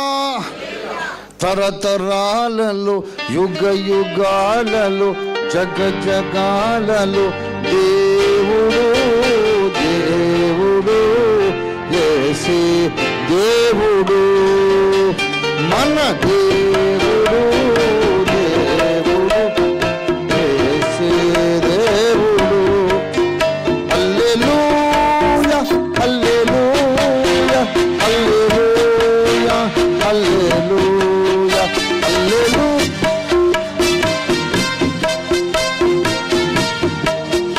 హల్లెలూయా.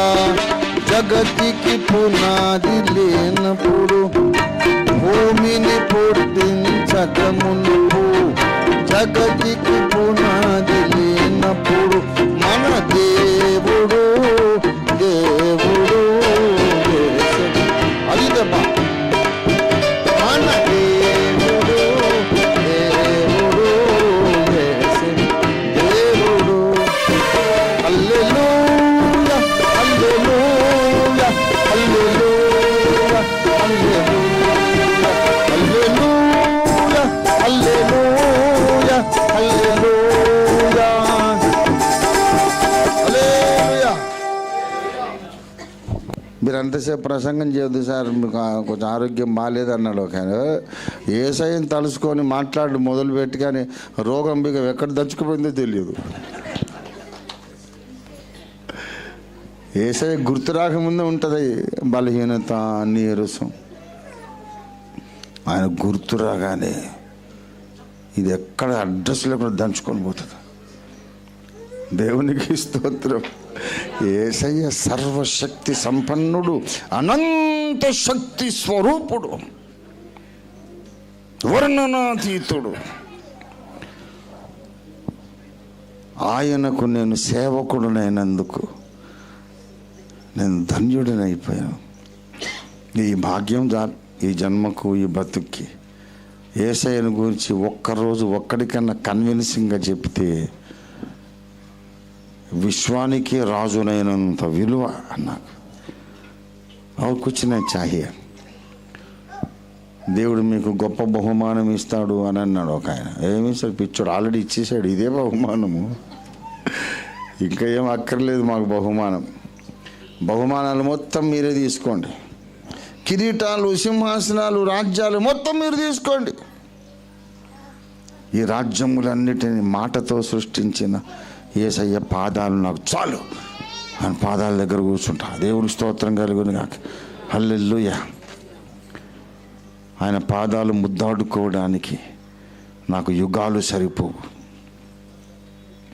అంత మహాదేవుడు ఆయన. యేసును దూషిస్తారా? ఏమైందిరా తలకాయలు గుజ్జులేనోడా, 3 మేకులు వీక్కోలేకపోయాడు. ఆయన ఎట్లా చూడ హౌలగాడు. మరి మీ దేవుడు ఒక చిన్న బాణం బొటన వేళ్ళలో కొడితే దాన్ని పీక్కోలేక చచ్చిపోయాడు.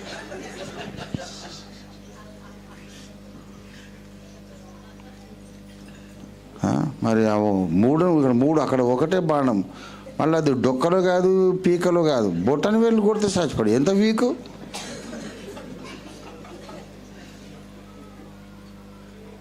తెలుసా ఎవరు? కాబట్టి అనొద్దు, నువ్వు అంటే మళ్ళీ మేము అనాల్సి వస్తుంది. మేము మా గ్రంథాలు మీ గ్రంథాలు మొత్తం కాచి వడబోసి అవపోసన బట్టి ఇప్పుడు 60 సంవత్సరాలు బట్టి నాకు రెండో లైఫ్ లేదు. ఇదే మత గ్రంథాలు చదవడమే నాకు లైఫ్. ఎప్పుడైనా టైం ఉంటే మా ఇంటికి రండి, నా పడగదిలో చూపిస్తా. అన్నీ ఉన్నాయి, ఇస్లాం గ్రంథాలు, బౌద్ధ మత గ్రంథాలు, వేదాలు, ఉపనిషత్తులు చదివాను నేను. అవి తీసి చూడండి, అందులో నేను మార్క్ చేసుకొని అండర్లైన్, బైబిల్ ఎట్లా అండర్లైన్ చేస్తాం అట్లా అండర్లైన్ చేసి మళ్ళీ దీనికి సంబంధించిన స్టేట్మెంట్ పలానా పేజీలో ఉందని ఆ పేజ్ నెంబర్ ఇక్కడ రాసి ఈ పేజ్ నెంబర్ అక్కడ పరిశోధన చేశాను. దేశభక్తులు అన్నోళ్ళు వేదాల యొక్క అట్ట కూడా చూడలేదు. నేను 72 సార్లు అక్షరం పట్టి చదివాను. వేదాలను నేను గౌరవిస్తున్నా, ఎందుకంటే అవి యేసును గూర్చి మాట్లాడుతున్నాయి కాబట్టి. దేవునికి స్తోత్రం కలుగును గాక. హల్లెలూయా.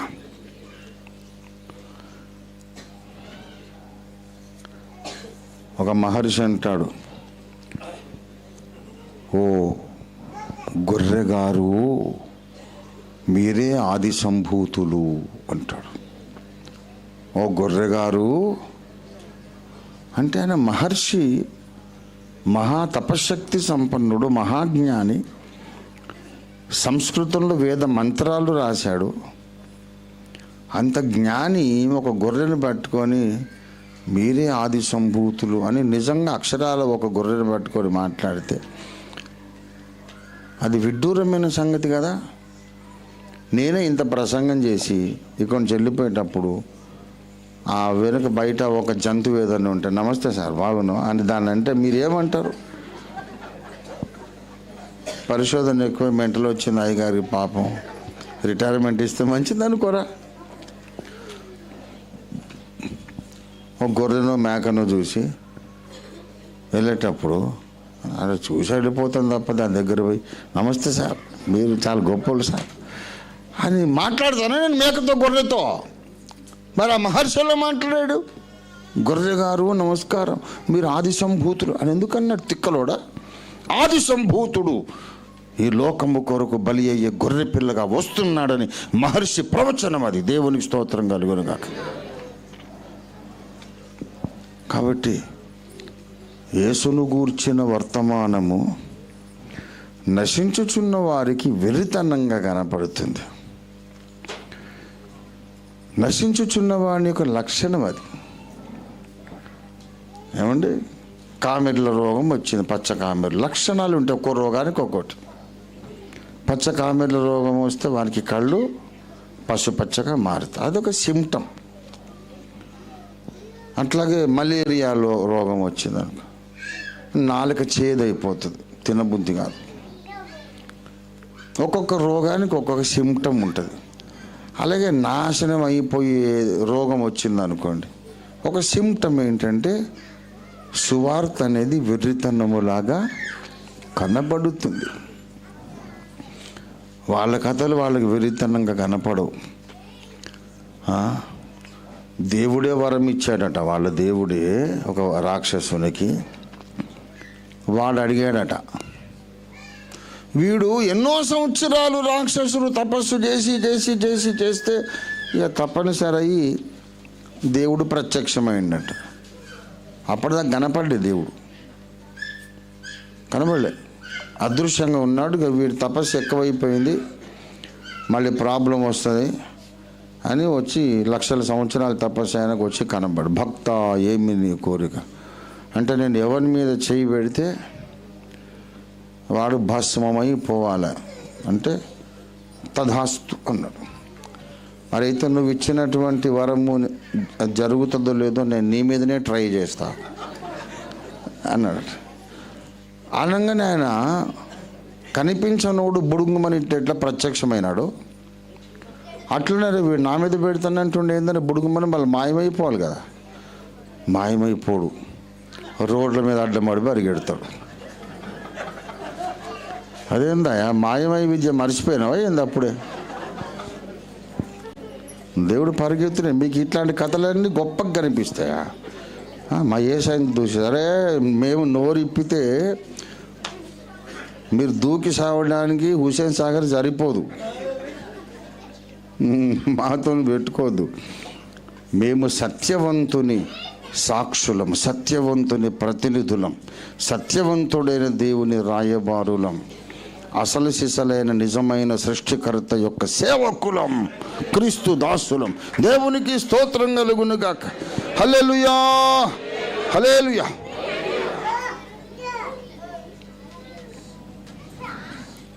ఆయన ఆది మధ్యాంతరహితుడు గనుక ఆయన ఈ భూమి మీద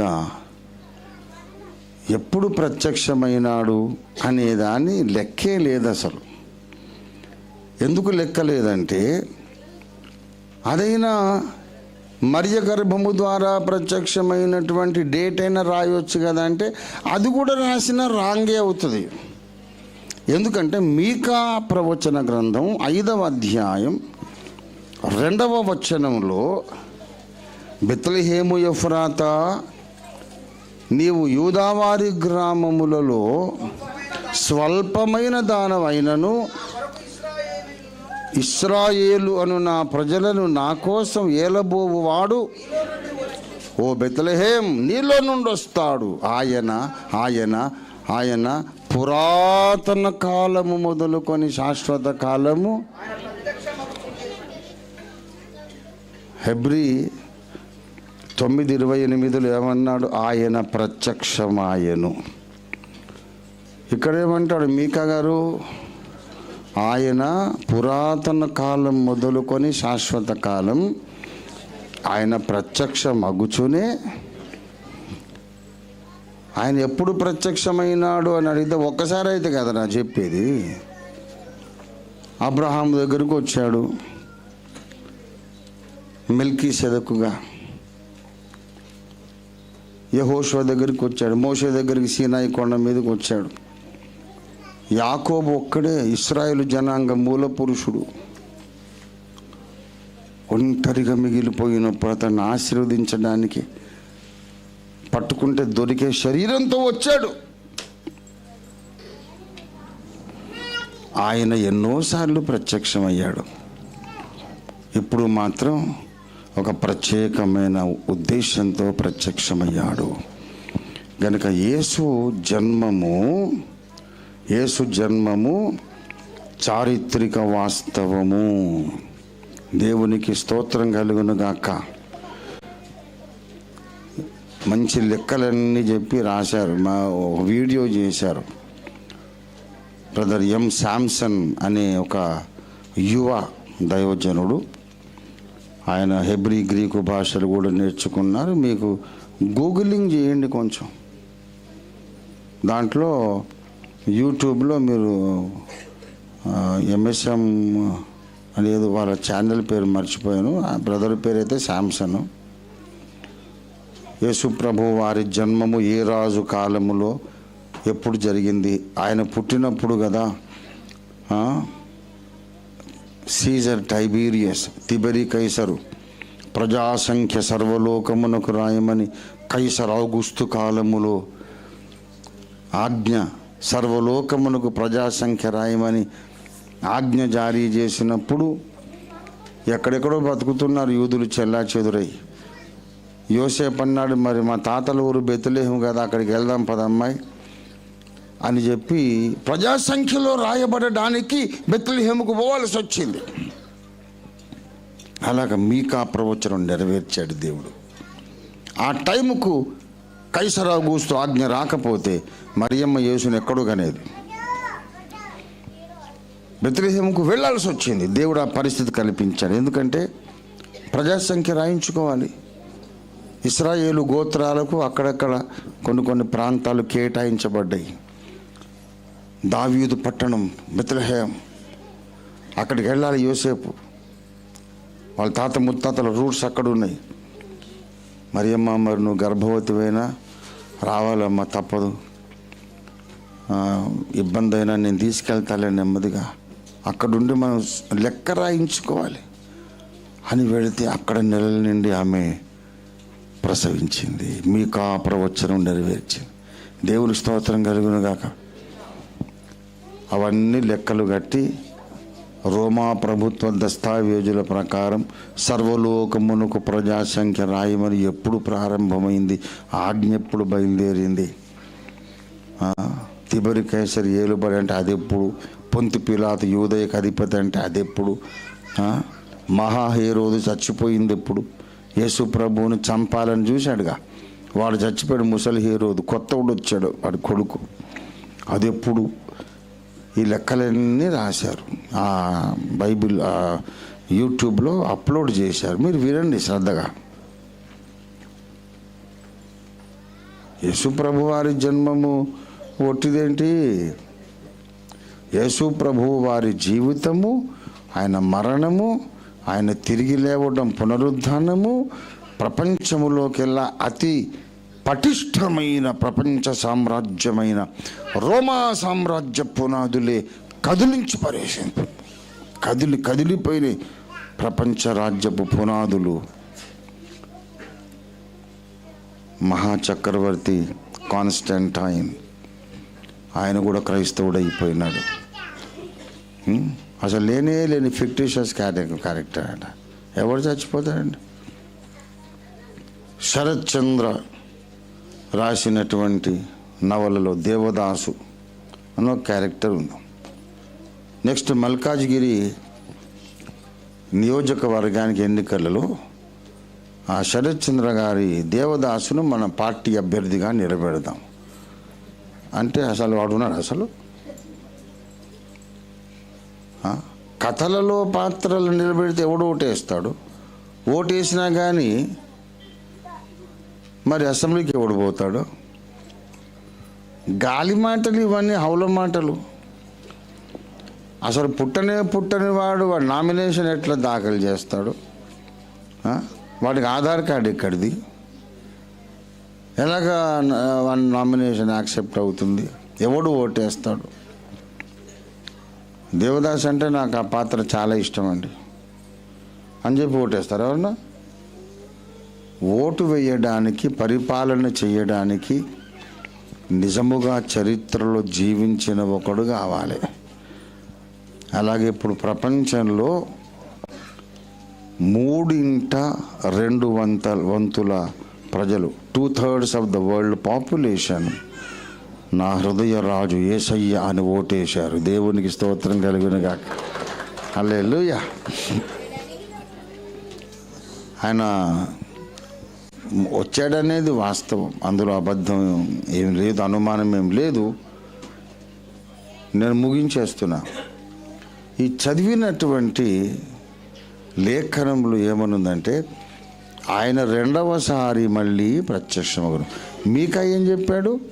పురాతన కాలము నుండి ప్రత్యక్షం అవుతూనే బెత్లెహేములో ప్రత్యక్షం. అది కూడా ఫైనల్ కాదు, మళ్ళీ వస్తాడు, మళ్ళీ ప్రత్యక్షం అవుతాడని చెబుతూ పాపము లేకుండా రెండవసారి ప్రత్యక్షమగును అన్నాడు. అంటే మొదటిసారి పాపముతో వచ్చాడా? పాపరహితుడు కదా, పాపులలో చేరక ప్రత్యేకముగా ఉన్నవాడు కదా, పరిశుద్ధుడు కదా. నాలో పాపం ఉన్నదని ఎవడు స్థాపించును అని సవాలు విసిరిన పరిశుద్ధుడు కదా. పాపము లేకుండా రెండోసారి వస్తాడేంటి అంటే అర్థం ఏంటంటే పాపములను క్షమించాలి, పరిహరించాలి అనే బాధ్యత మీది వేసుకోకుండా వస్తాడు. అది విషయం. మొదటిసారి పాపముల నిమిత్తము నివారణ చేయడానికి, పరిహారము చేయడానికి యజ్ఞము తానే బలిగా మరణించి తానే యజ్ఞమై పాప పరిహారము చేయడానికి వచ్చాడు. మొదటిసారి వచ్చిందే మన పాపములను పరిహరించడానికి. రెండవసారి వచ్చినప్పుడు ఆ సబ్జెక్ట్ లేదు. ఆ యేసే వస్తాడు, వేరే ఉద్దేశంతో వస్తాడు. సేమ్ జీసస్, కొత్త యేసు రాడు. ద సేమ్ ఓల్డ్ జీసస్, కానీ ఆయన యాటిట్యూడ్ వేరు, ఆయన ఉద్దేశం వేరు, ఆయన పర్పస్ వేరు. మనకు తెలిసిన వేసే కదా అని అప్పుడు అలుసు తీసుకొని వేసే రెండోసారి, హలో నమస్తే భయ్ మంచిగున్నా, షేక్ హ్యాండ్ ఇస్తే షాక్ కొట్టి చచ్చిపోతావు. అరే అట్లయింది, అప్పుడు చాలా మంచివాడిని ఉండే నువ్వు, నిన్ను సిలువేసే వాళ్ళని చూసి తండ్రి వీరిని క్షమించమని ప్రార్థన చేసావు కదా అంటే అది మొదటి రాకడ బేవకూఫ్. ఇప్పుడు కథ మారిపోయింది. పాప నివారణ ఇప్పుడు నా ఉద్దేశం కాదు, పాపులను దండించుట నా ఉద్దేశం, సువార్తకు అవిధేయులైన వారిని శిక్షించుట నా ఉద్దేశం, పగ పగ పగ పగ తీర్చుకోవటం నా ఉద్దేశం. యేసయ్య రెండో రాకడలో చాలా భీకరంగా వస్తాడు. యెషయా గ్రంథం 63వ అధ్యాయం 63:4 వచనం, పగ తీర్చుకొను దినము నా మనస్సుకు వచ్చాను. యేసయ్య రెండో రాకడండి. యేసయ్య కరుణామయుడు, దయామయుడు, ఆయన క్షమిస్తాడు, ప్రేమిస్తాడు, ఎంతైనా ఓర్చుకుంటాడు. తల్లి మరిచినా నేను మరి ఇవన్నీ మొదటి రాకడం వరకే. ఇప్పుడు యేసుని అంగీకరించి నమ్మి బాప్తిస్మం పొంది నీటి మూలంగా ఆత్మ మూలంగా దేవుని కుటుంబంలో జన్మించిన వాళ్ళకు వరకు మాత్రమే ఆ వాగ్దానాలన్నీ వర్తిస్తాయి. యేసును తృణీకరించి ద్వేషించి దూషించి అవమానించి యేసుకు దూరంగా బ్రతికిన వాళ్ళు అలాగే అవిధేయతలో ఉంటుండగా ఆయన వచ్చేసాడు అనుకో. అదే ఏదో అనుకున్నా కానీ నిజంగా వచ్చేసాడుగా. మంచోడే, హీ విల్ అండర్స్టాండ్ మీ.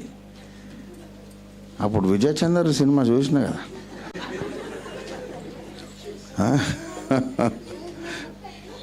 ఆయన ఎంత మంచోడు, అంత సిలువను మోసి అంత బాధలోను కూడా అమ్మలారా ఏడవకండి అన్నాడు కదా. కనుక అదే దేవుడు సేమ్ అని పోయి ఆయన దగ్గర పోయి పిచ్చి పిచ్చి నకరాలు చేసినావు అనుకో, అయిపోతావు, భస్మం అయిపోతావు అంతే. యేసుక్రీస్తు ప్రచండమైన కోపముతో ఉగ్రతతో వస్తాడు. గొర్రెపిల్ల ఉగ్రత మహాదినము వచ్చాను, దానికి తాళ జాలిన వాడెవడని రాజులు, సామంతులు, ధనికులు, దరిద్రులు అందరూ పరిగెట్టి కొండలతో బండలతో చెబుతున్నారు, మమ్మల్ని దాచిపెట్టండి, గొర్రెపిల్ల యొక్క ఉగ్రత మహాదినం వచ్చింది, దానికి తాళగలిగిన వాడేవాడు. ప్రకటన గ్రంథం 6వ అధ్యాయం, ప్రకటన 6వ అధ్యాయము 15, 16, 17 వచనాలు.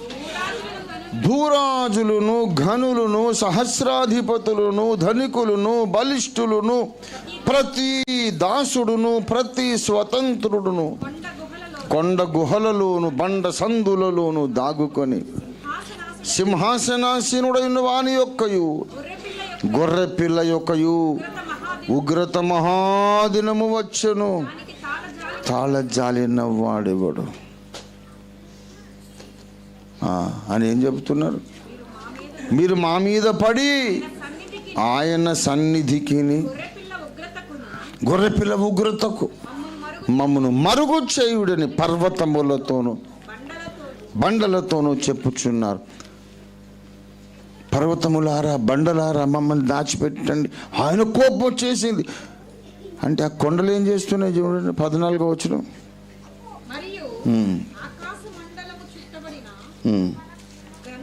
చుట్టబడిన గ్రంథము వలన ఆకాశ మండలం తొలగిపోయినా కొండయు ప్రతి కొండలారా మమ్మల్ని కప్పండి, దాచిపెట్టమంటే అయ్యే పరిగెడుతున్నాయట. ఉండరా బేవఖూఫ్, పంచభూతాలను సృష్టించిన వానికి కోపం వచ్చింది. ఆయన కోపానికి భయపడి మేమే పరిగెత్తి పారిపోతుంటాం. నిన్ను దాచడం ఏందిరా, ఈ తెలివి ముందు ఉండాలా? ఎందుకు సువార్త ఎందుకు నమ్మలేదు? ఒక బాణం కొడితే బొట్టన వేలులో కొడితేనే నీకు అప్పుడు అటువంటి వాడు గొప్ప దేవుడు అనిపించాడు. లేఖనములను నెరవేర్చడానికి శిలువ మీద వ్రేలాడి మరణాన్ని గెలిచి లేచిన సూర్యుడు యేసయ్యనేమో విమర్శిస్తావు. ఆయనే ఈయన. మరి ఇప్పుడు కొట్టు మేకులు చూద్దాం. నీ రక్షణ కొరకు అవసరమైంది కనుక ఆనాడు యజ్ఞమైనాడు, అయిపోయింది. ఇప్పుడు పాపమును క్షమించాలి, పరిహరించాలి అనే గొడవ లేదు ఇక, అయిపోయింది. ఆ ఛాన్స్ అయిపోయింది. ఇప్పుడు వస్తున్నాడు శిక్షించడానికి. పగ తీర్చుకొను దినము నా మనసు వచ్చి. దేవునికి పగ ఉంటుంది, తెలుసుకోవాలి. కొంతమంది దేవుని గురించి పెద్ద తెలిసినట్టు మాట్లాడతారు. దేవుడు చాలా మంచివాడండి. దేవుడు చాలా అమాయకుడట. ఆయనకి ఎప్పుడు కోపం రాదట, ఎప్పుడు మంచివాడు, అందరినీ ప్రేమిస్తాడట. అట్లాంటిది ఉండదు బాబు. ఒక కాలము, ఒక యుగము. ఆయన తలుపులు తీసి రమ్మన్నప్పుడు రావాలి. అప్పుడేమో బలుపు అంత ప్రదర్శించి నువ్వు రాకుండా ఆయన దూషించి మాట్లాడిన తర్వాత, తలుపేసిన తర్వాత ఎట్లనే మంచోనివి కదా ఇప్పుడు తీయరాదు. ఆయన తర్వాత వస్తే అప్పుడు కథ అంతా వేరేగా ఉంటుంది. ఆయన పగ కలిగిన. పగ అంటే ఏంటో తెలుసా? నేను నిర్వచనం చెప్తా. పగ అంటే ఏంటి తెలుసా? వాయిదా వేయబడిన న్యాయ కోపము.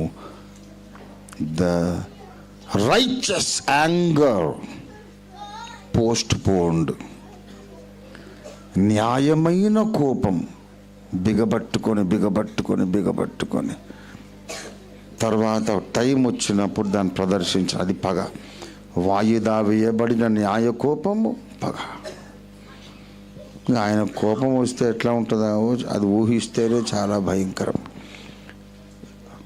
ఆ పరిస్థితిలోకి మనం వెళ్ళొద్దు. రెండవసారి వచ్చినప్పుడు యేసయ్య ఎప్పుడు బాప్తిస్మం పొందుతానంటే, బాప్తిస్మం పొందు.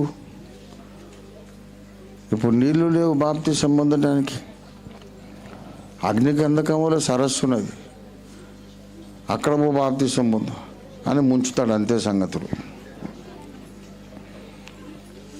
పరిస్థితులన్నీ బాగున్నప్పుడేమో కళ్ళు నెత్తికెక్కి మాట్లాడతావా నువ్వు? వాళ్ళోళ్ళే వాళ్ళు ఒకళ్ళు విరుద్ధంగా చెప్తున్నారు. ఇంతకుముందు ఫేస్బుక్లో ఒక ఆయన వచ్చింది, అసలు భగవద్గీతలో ఫలానా దేవుణ్ణి మొక్కండి, ఫలానా నామము, ఫలానా రూపము ఆరాధించమని లేనే లేదు లేదు లేదు లేదు అంటున్నాడు. ఏమనుంది మరి? అంటే ఏ పేరైనా ఓకే, ఏ రూపమైనా ఓకే, ఈ దేవుణ్ణి మొక్కమని లేదు. అట్లా చెప్పడం తప్పు. ఏ పేరున పూజించినా అవన్నీ నన్నే చేరుచున్నవి. ఇంకేమున్నది అంటే వ్యక్తిత్వ వికాసం ఉన్నది. ఓటమిని గెలుపుకు ఒక మెట్టుగా ఎలాగ వాడుకోవాలి. పర్సనాలిటీ డెవలప్మెంట్ ఉందంతే. There is no clarity about God. దేవుడు అంటే ఫలానోడే అనేది లేదు అని వాళ్ళ గురువే చెప్తున్నాడు. అని చెప్పిందంత పెట్టినాక ఆకన్నా చిన్నజీర స్వామిని తెచ్చిపెట్టాడు. అయిపోయాను.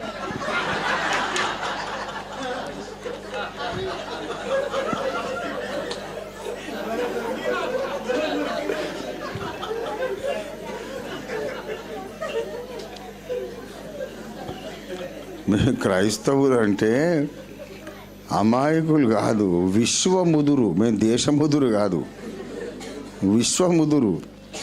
అట్లా తగ్గి అణుచుకొని అట్లా ఉంటామంతే. ఈ మధ్య ఇంకో హౌలగాడు బయలుదేరాడు, వాడు అఘోరి అట. అందరిని ఊచకోత కోస్తా వచ్చి నేను పెట్టిన ఆ మెసేజ్ కింద ఏడిసావు పోని పెట్టిన కామెంట్స్. ఎందురా నువ్వు కోసేది? వచ్చి మా దగ్గరికి అది వచ్చి చూడు. నేను ఎన్నో త్యాగాలు చేసి ఏముంది త్యాగం చేయడానికి? ఏముంది వానికి? వాని సామాన్ త్యాగం చేసిన, అంతకంటే చేసిందేం లేదు. పెద్ద జమీందారు కుటుంబమా? కోటీశ్వరుడా? రాజా? సింహాసనాన్ని త్యాగం చేసిండు. నీచేగా సామాన్ త్యాగం చేసిండు అంతే.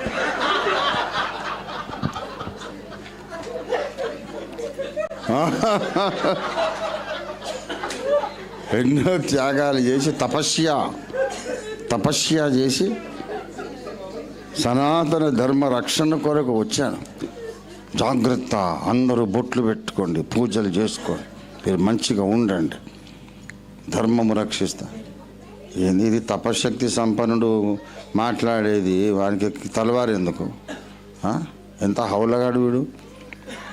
అంత తపశక్తి కలిగిన వాడు ఒక గడ్డి పరగ తీసి మంత్రించి వదిలితే బ్రహ్మాస్త్రం అయిపోవాలి. మతద్రోహులందరూ ధర్మద్రోహులందరూ నశింతురుగాక అని వదలాల. వచ్చేట పీక ఇట్ట కత్తితో కోస్తాడు. దానికంత తపస్య ఎందుకు? సామాను తీసేసుకోవడం ఎందుకు?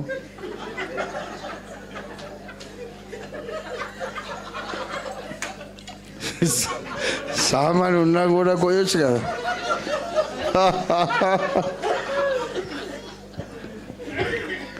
అదే పిచ్చోళ్ళు అనుకున్నాడా?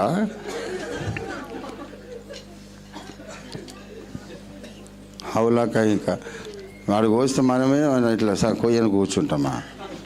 నా దగ్గర మనం చూపిస్తా, వరంగల్ దెబ్బ అంటే ఎట్లుంటుందో. ఆ బూడిది గీడిది మొత్తం రాలిపోవాలి.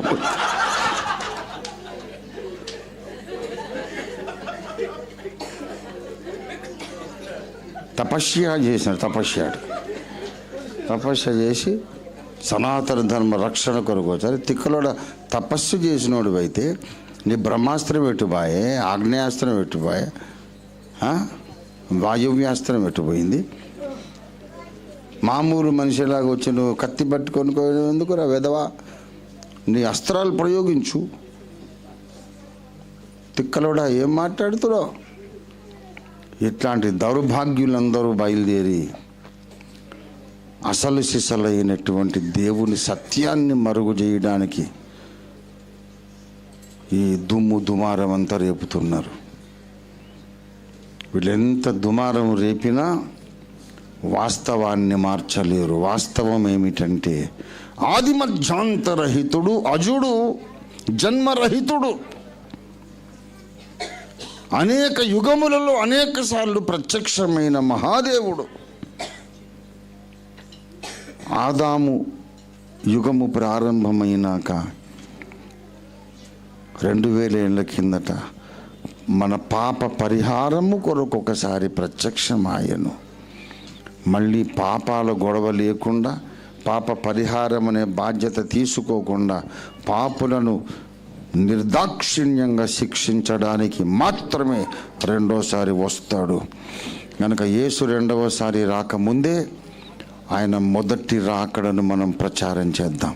యేసు రెండవసారి రాకముందే మొదటి రాకడలోని యేసును మన హృదయంలో చేర్చుకుందాం. ఇది క్రిస్మస్ సందేశం. ఆయన భీకరంగా వస్తాడు, ఉగ్రమూర్తిగా. నాకేం భయం లేదు, ఎందుకంటే ముందే ఆయన నా హృదయంలో చేర్చుకున్నా. దేవునికి స్తోత్రం కలుగునుగాక. యేసయ్య వస్తాడు నా కోసం, పగ తీర్చుకోవడానికి కాదు, శిక్షించడానికి కాదు. నేను ఆయన బిడ్డను, ఆయన వధువు సంఘములో భాగాన్ని. ఆయన రావడం నాకు పండగ.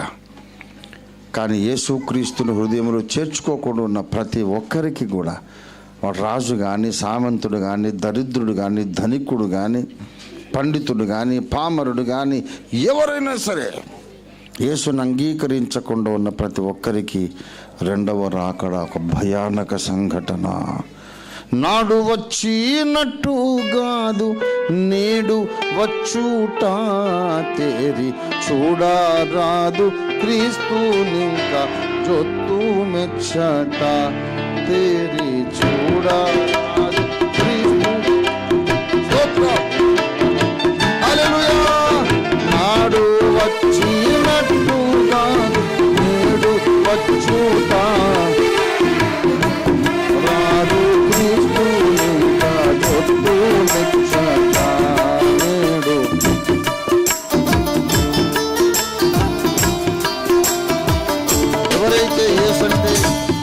ఇష్టం లేకుండా బ్రతుకుతున్నారు, యేసును ద్వేషిస్తున్నారు, యేసును ద్వేషిస్తూ యేసుకు దూరంగా బ్రతుకుతున్నారు, అన్యాయంగా మాట్లాడుతున్నారు. వాళ్ళందరూ ఈ ఒక్క పాట నేర్చుకోండి దయచేసి. అప్పుడు మీరు వాడుకోవడానికే రాసిన మేము ఎంత మంచోళ్ళమో చూడు. యేసయ్య రెండోసారి వచ్చినప్పుడు అందరినీ తొక్కి తొక్కి ద్రాక్ష పండల్లాగా చిత్తగొట్టేస్తుంటే ఆయన ఉగ్ర స్వరూపాన్ని చూసినప్పుడు మరి అప్పుడు కూడా ఏదన్నా ఒక పాట ఉండాలి కదా. మన పౌరాణిక డ్రామాలలో యుద్ధంలో కూడా పద్యం ఎత్తుకోండి ఓ అంటే వాడు అంతసేపు హౌలగాని లేక ఇట్లా అంటుంటాడు. యుద్ధం ఆపేసి వాడు రాగం తీస్తూ ఉంటే అవతలోడు కొట్టకుండా ఏం చేయకుండా ఈ పాట ఏదో కానీ అని ఇట్లా అంటూ ఉంటాడు. కనుక మన సాంప్రదాయం అది మహోన్నతమైనటువంటి సాంప్రదాయం. కనుక యేసు ప్రభువారు రెండవ రాకడలో దుర్మార్గులను శిక్షిస్తున్నప్పుడు ఇక మీ సాంప్రదాయం ప్రకారం ఈ పాట పాడుకోవాలి. ఇది నేర్చుకోండి అందరూ. విశ్వాసులు పాడుకునేది అవసరం లేదు. విశ్వాసులకు వేరే వేరే మంచి మంచి పాటలు రక్షణ లేని వాళ్ళు పాడుకోవడానికి ఈ పాట మేము రాశాం. మేము ఎంత మంచోళ్ళమో గుర్తించండి. నాడు వచ్చినట్టు కాదు నేడు వచ్చుట చేరి చూడారాదు క్రీస్తు చూడారాదు క్రీస్తు మొదట గొర్రె పిల్లారి ఒదిగి వచ్చేగా ఎప్పుడు పొదమా సింహ మయ్యే మనకు గుండె దిగులుగా ఇప్పుడు పొదమా సింహ మయ్యే మనకు గుండె దిగులుగా నాడు వచ్చినట్టు కాదు నేడు వచ్చుతా చేరు చూడరాదు క్రీస్తు చూడరాదు క్రీస్తు వీధిలో బోధించువారి వినక పోటీ మీరు మండుచున్న నరకాగ్నిలో పడబాలైతే ఇప్పుడు మండుచున్న నరకాగ్నిలో పడబాలైతే వీధిలో బోధించువారి వినక పోటీ మండుచున్న నరకాగ్నిలో పడబాలైతే మండుచున్న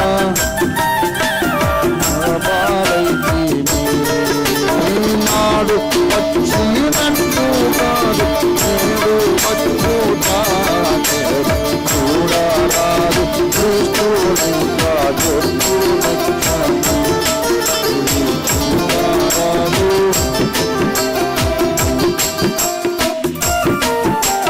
ఏ పట్టు పోయినా మనకు ఎదురు వచ్చేదా ఉగ్రమైన దృష్టి హెచ్చగా ఉగ్రమైన ఒక హౌలగాడు ఉన్నాడు. క్రైస్తవ కుటుంబంలో పుట్టి భ్రష్టుడు అయిపోయాడు. దుర్గుణం. వాడు ఒక షార్ట్ ఫిలిం తీశాడు యూట్యూబ్లో. యేసు రెండవ రాకడ ఎట్లా ఉంటుంది. యేసయ్యట పాపం నిలువుటంగి ఇట్లా మోకాలు కింద దాకా వేసుకొని ఒక్కొక్క హిందూ గుడి దగ్గరికి పోయి అక్కడ పోయి వచ్చిపోయే భక్తులందరి దగ్గర పోయి క్యాన్వాసింగ్ చేసుకుని ఆయన కాదు దేవుడు నేను నన్ను మొక్కురాబాయి ప్లీజ్ అని ఒక్కొక్క హిందూ గుడి ముందు నిలబడితే ఇంకా వాళ్ళు ఈయనని ఎదురు ప్రశ్న వేస్తున్నారట. నువ్వా నిజమైన దేవుడివి? మరి కోట్ల సంవత్సరాల చరిత్ర మాకు అంటే ఆయన పాపం సమాధానం చెప్పలేకపోతున్నాడు అని సినిమాది. హౌలా కాదా వీడు? హౌలా ఎక్స్ప్రెస్. యేసయ్య హిందూ గుడుల ముందు ఇంకో గుడి ముందు పోయి ప్లీజ్ బై నన్ను మొక్కుబాయ్ అనేటట్టు ఉండదు. ఆయన కోటి సూర్యుల తేజస్సుతో భీకరాకారంతో వస్తాడు. ఆయన వచ్చినప్పుడు తిక్కలోడా మీ గుడులు ఉండవు, అది ముందు నేర్చుకో. యేసు రాకడకు ముందు 42 నెలలకు ముందు సాతాను కుమారుడే నిమ్రోదు ప్రపంచ ఏకాధిపత్యమును స్థాపించి, ఏక ప్రభుత్వం స్థాపించి సకల మతములను రద్దు చేస్తాడు. ఏది దేవుడు అనబడునో, ఏది పూజింపబడునో దానంతటిని ఎదిరించి దానికంటే పైగా వాడు తన్ను తాను హెచ్చించుకొని నేనే దేవుణ్ణని ప్రకటించుకుంటాడు. అప్పుడు ఏ మతానికి చెందిన గుడులు ఉండవు, చర్చిలు కూడా ఉండవు. వన్ వరల్డ్ గవర్నమెంట్ వస్తుంది. అన్ని గుడులు బీడులు అన్ని గూలగొట్టి పడేస్తాడు. చర్చిలు కూడా, మసీదులు కూడా అన్నీ. 42 months అయినా అప్పుడు అసలు దేవుడు యేసయ్య వస్తాడు. ఈ గుడి ముందు పోయి కాన్వర్సింగ్ ఎట్లా చేస్తారు? ఎంత హౌలగాడు వాడు. అంతకన్నా స్టూపిడ్ని ఎక్కడ చూడలేదు నేను. యేసు ప్రభు వారు ఆయన మధ్యాకాశానికి వస్తున్నప్పుడే బైబిల్ చెప్పింది, ఇదిగో ఆయన మేఘారూఢుడై వచ్చుచున్నాడు. ప్రకటన 1:7. భూజనులందరూ ఆయనను చూతురు, ఆయన పొడిచిన వారు కూడా చూతురు. భూజనులందరూ ఆయన్ని చూచి రొమ్ము కొట్టుకొందురు. అయ్యో మేము తిరస్కరించిన వాడు ఈనాడు మహిమా స్వరూపుడై దిగి వచ్చేసాడే, మాకేది దారి, ఎక్కడ దాక్కోవాలని భూజనులందరూ భయపడి పరుగులు తీస్తారు. ఏ తట్టు పోయినా మనకి ఎదురు వచ్చేగా. ప్రియులారా, యేసు రెండవ రాకడను గూర్చి ఇప్పుడు చెప్పాల్సి వస్తుంది. ఎందుకంటే మొదటి రాకడ చెప్పి రెండవ రాకడ దగ్గరికి వచ్చేసింది. మధ్యప్రాచ్యంలో యుద్ధాలు జరుగుతున్నాయి. అవి యేసు రెండవ రాకడకు సూచన. ఈ యుద్ధాలు జరిగి సిరియాలో ప్రభుత్వం కూలిపోయింది. ఉగ్రవాదులు ప్రభుత్వం చేపట్టారు. కొలాప్స్ అయిపోయింది. సిరియా బలహీనమైపోయింది. ఇరాన్ బలహీనమైపోయినాయి. ఏ ఒక్క దేశము కూడా ప్రపంచ ఏక ప్రభుత్వం స్థాపించడానికి దమ్ము ఉండదు, ధైర్యం ఉండదు, సత్తా ఉండదు. కాబట్టి దశరాజ్య కూటమి అవసరమవుతుంది. 10 మంది ఎందుకు ఏక ప్రభుత్వం స్థాపించాలి? ప్రపంచ ప్రభుత్వం అంటే సింగిల్ కంట్రీ దేనికి దమ్ము ఉండదు. రష్యా చాలదు, అమెరికా సరిపోదు, యూకే సరిపోదు, ఎవరు సరిపోరు. కాబట్టి 10 మంది కలిసి వస్తారు. అక్కడ రంగం సిద్ధమవుతుంది. ఆ 10 మంది రాజులు రావడం, ఏక ప్రభుత్వం స్థాపించడం. వాడు 42 నెలల్లో భూమిని ఈ అసత్య మతములన్నీ లేకుండా ప్రక్షాళన చేసేయటం, నేనే దేవుడిని అంటాం. వాని తాట తీయడానికి అసలు దేవుడు యేసయ్య రావడం. దేవుని స్తోత్రం. కష్టపడి వాడు పనికి మాలిన వీడియో తీశారు. తెలుస్తుంది రా నేను, కానీ ఇంకొక 50 yearsలో తప్పకుండా వాడు తెలుసుకుంటాడు యేసయ్య దేవుడు అని. పోయి అగ్నిగుండంలో పడ్డాకనే తెలుసుకుంటాడు. యేసును అంగీకరించటం లేక యేసును తృణీకరించడం, this a deadly serious matter. ఎక్కడైనా చాయిస్ ఉంది. నువ్వు ముఖానికి రాసుకోవడానికి ఏ ఫేస్ పౌడర్ అయినా కొనుక్కోవచ్చు. ఒంటికి సబ్బెట్టి స్నానం చేసుకోవడానికి ఏ సబ్బు అయినా కొనుక్కోవచ్చు. ఆహారం ఏదైనా తినొచ్చు, ఎలాంటి బట్టలైనా కట్టుకోవచ్చు. అన్నిట్లో చాయిస్ ఉంది. పరలోకానికి వెళ్ళడానికి నీవు అవలంబించే మార్గం దగ్గర no choice at all. Yesu ద్వారా పరలోకానికి రండి, లేకపోతే నరకానికి వెళ్ళడానికి మెంటల్గా సిద్ధపడండి. Come to heaven through Jesus or get ready to go to hell and suffer for eternity. ఇన్ని ప్రవచనాలు 100 సంవత్సరాలు 1000 సంవత్సరాల ముందే రాసి తూచా తప్పకుండా నెరవేర్చినటువంటి దేవుడు ఆయన రెండవ రాకడ భీకరంగా ఉండబోతుందని అది ఎందుకు నెరవేరదు? కన్యగర్భం అంటే అది నెరవేరింది, బెత్లెహేం అంటే అది నెరవేరింది. రెండవ రాకడలో భీకరంగా వస్తాడు. ఎందుకు నెరవేరదు? కాబట్టి క్రిస్మస్ సందేశం ఏమిటనగా, మొదటిసారి వచ్చినటువంటి ఆయన అవతారము, ఆయన చేసిన యజ్ఞము యొక్క ఫలమును మీరు పొందటానికి ఎక్కువ సమయం మీకు లేదు. You don't have much time to receive the blessings of the first coming. ఎక్కువ టైం లేదు. ఇంకా లేట్ చేస్తే రెండవ రాకడ వచ్చేస్తుంది. తర్వాత పొలాలకు అడ్డం పడి పరిగెత్తాలి. కొండ బండలు కూడా మిమ్మల్ని దాచలేవు, కొండలే పరిగెడతాయి ఆయన కోపానికి. అప్పుడు తెలుస్తుంది ఎందుకు ఇంత సీరియస్గా మేము సువార్త చెప్పాము. కొంతమంది అంటారు అప్పుడు చూసుకుందాంలే అంటే, ఏంద్రా చూసేది?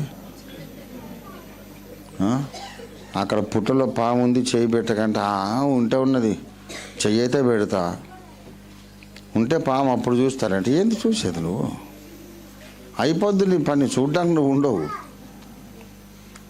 కొన్ని ముందే నమ్మి జాగ్రత్త పడాలి. అంతేగాని నువ్వు నరకంలో పడ్డ తర్వాత ఏం చేస్తావు అంటే అప్పుడు చూద్దాంలే అట. ఏంది చూసే చుట్టూ అందరిని కాలిటోళ్ళని చూడాలి. కనుక బుద్ధిహీనమైన మాటలు చెప్పి మొదటి రాకడ ద్వారా ఆయన ఇస్తున్న రక్షణను పోగొట్టుకోవద్దు.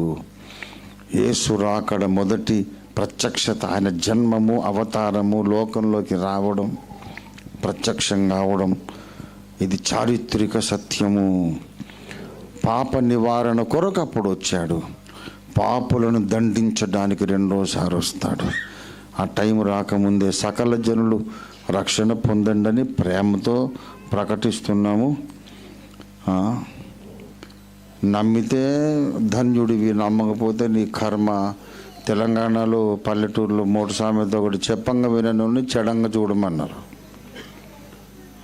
చెప్పంగా వినకపోతే అప్పుడు తర్వాత అప్పుడు చూసుకుందామని. ఏంద్రా చూసేది పిచ్చి ముఖం, వర్షాకాలం వస్తుందిరా, మనం గుడిసె మంచిగా కప్పుకుందామని భార్య చెప్తే ఒకడు అన్నాడట, ఇప్పుడు ఎందుకులే తర్వాత తర్వాత తర్వాత. ఏంటో వర్షాలు వచ్చేసినాయి, ఇల్లంతా చెరువైంది. అప్పుడు అంటున్నాడట, ఇప్పుడు ఆకు తీరాక దీన్ని తడిసి కానీ గుడిసె కప్పడు ఒకడని ఒక సామెత. బాధ మీద ఎక్కలేక బాధ మీద ముందు చూసుకోవాలి, బాధ మీద కాదు, ముందు చూసుకోవాలి. దేవునికి స్తోత్రం కలుగును గాక. గనక భూమి మీద తెలివైన వాళ్ళు ఎవరంటే యేసును అంగీకరించిన వాళ్ళే. ఈ సంగతి నీకు ఇంకొక 100 years లోపల పక్కకి తెలిసిపోతుంది. ఇది నా గ్యారంటీ. సమయం దాటిపోకముందే యేసును రక్షకునిగా స్వీకరిద్దాం. అందరికీ ఈ సత్యాన్ని, ఈ నిజాన్ని, ఈ వాస్తవాన్ని తెలియచేయడానికి మన జీవితం అంకితం చేద్దాం. విని బాగుందని వెళ్ళిపోకండి. మీకు తెలిసిన వాళ్ళందరికీ సత్యాన్ని చెప్పడానికి ప్రతిష్ఠించుకోండి. దేవుడు మిమ్మల్ని ఆశీర్వదించును గాక. I wish you all a very powerful Christmas. Merry merry Christmas. Happy happy Christmas. I wish you all a very anointed and powerful Christmas. దేవుడు మిమ్మల్ని ఆశీర్వదించును గాక. ప్రార్థన చేసుకుందాం.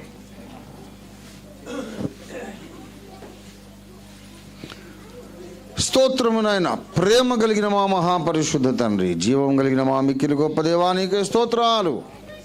నీ వాక్యం పంపించినావు, నీకు స్తోత్రం. విన్నవారందరూ రక్షణ పొందడానికి సహాయం చేయండి. అవివేకపు మాటలతో, మూర్ఖ వితర్కాలు, వితండవాదాలతో తమ్మును తాము అగ్నిగుండానికే పాత్రులుగా తయారు చేసుకుంటున్న అజ్ఞానులతో మీరు మాట్లాడండి, మీరు దర్శనం ఇవ్వండి. మా దేశమును దర్శించండి, పరిశుద్ధాత్మను కుమ్మరించండి. సువార్త ప్రకాశం వారికి ప్రకాశించకుండా ఈ యుగ సంబంధ దేవత మా దేశ పౌరుల్లో ఎవరెవరి మనోనేత్రాలకు గుడితనము కలగజేశాడో వాళ్ళందరి మనోనేత్రాలు మీరు ఇప్పుడు వెలిగించమని, వెలిగించడానికి పరిశుద్ధాత్మను కుమ్మరించమని ప్రార్థన చేస్తున్నాం. మానవులు రక్షణ విషయంలో సవ్యంగా ఆలోచించకుండా చేస్తున్న చీకటి శక్తిని, అంధకార శక్తిని, ఈ యుగ సంబంధ దేవతను యేసుక్రీస్తు అనంత శక్తియుత దైవ రక్త బలమును బట్టి గద్దించి బంధించి పారిపోమని ఆజ్ఞాపిస్తున్నాం. మా దేశ ప్రజలందరూ రక్షణ పొందుదురుగాక. తండ్రి, మల్కాజ్గిరి సంఘమును ఆశీర్వదించండి. అనేక మంది పౌలు, తిమోతి వంటి ఆత్మల సంపాదకులు ఇక్కడ లేవనెత్తబడటకు సహాయించండి. వచ్చే సంవత్సరం అంతా సువార్త వ్యతిరేక శక్తులను మేము యేసునామములో బంధిస్తున్నాం. మళ్ళీ వచ్చే క్రిస్మస్ దాకా లక్షల మందికి, కోట్ల మందికి యేసే నిజమైన రక్షణ మార్గమని మేము నిరూపించడానికి మమ్మను ఆరోగ్యంగా, ఐశ్వర్యంతో బ్రతికించమని యేసు అద్భుత నామంలో స్తుతించి ప్రార్థిస్తున్నాం తండ్రి. మన తండ్రి అయిన దేవాది దేవుని శాశ్వత ప్రేమ, సర్వ జగద్రక్షకుడైన యేసునాథుని అనంత కృప, పరిశుద్ధాత్మ దేవునితో దివ్య మనోహర సహవాసం చేరువచ్చిన మనకందరకు, భూలోక భక్త సమాజం అంతటికి ఇప్పుడు ఎల్లప్పుడు, దైవాన్వేషకులకు, సకల డినామినేషన్ల క్రైస్తవ సోదర సోదరీమణులకు అందరికీ సదాకాలం ప్రభు రెండవ రాకడ వరకు ఎడబాయక తోడై ఉండును గాక. అందరికీ వందనాలు. May God bless each one of you.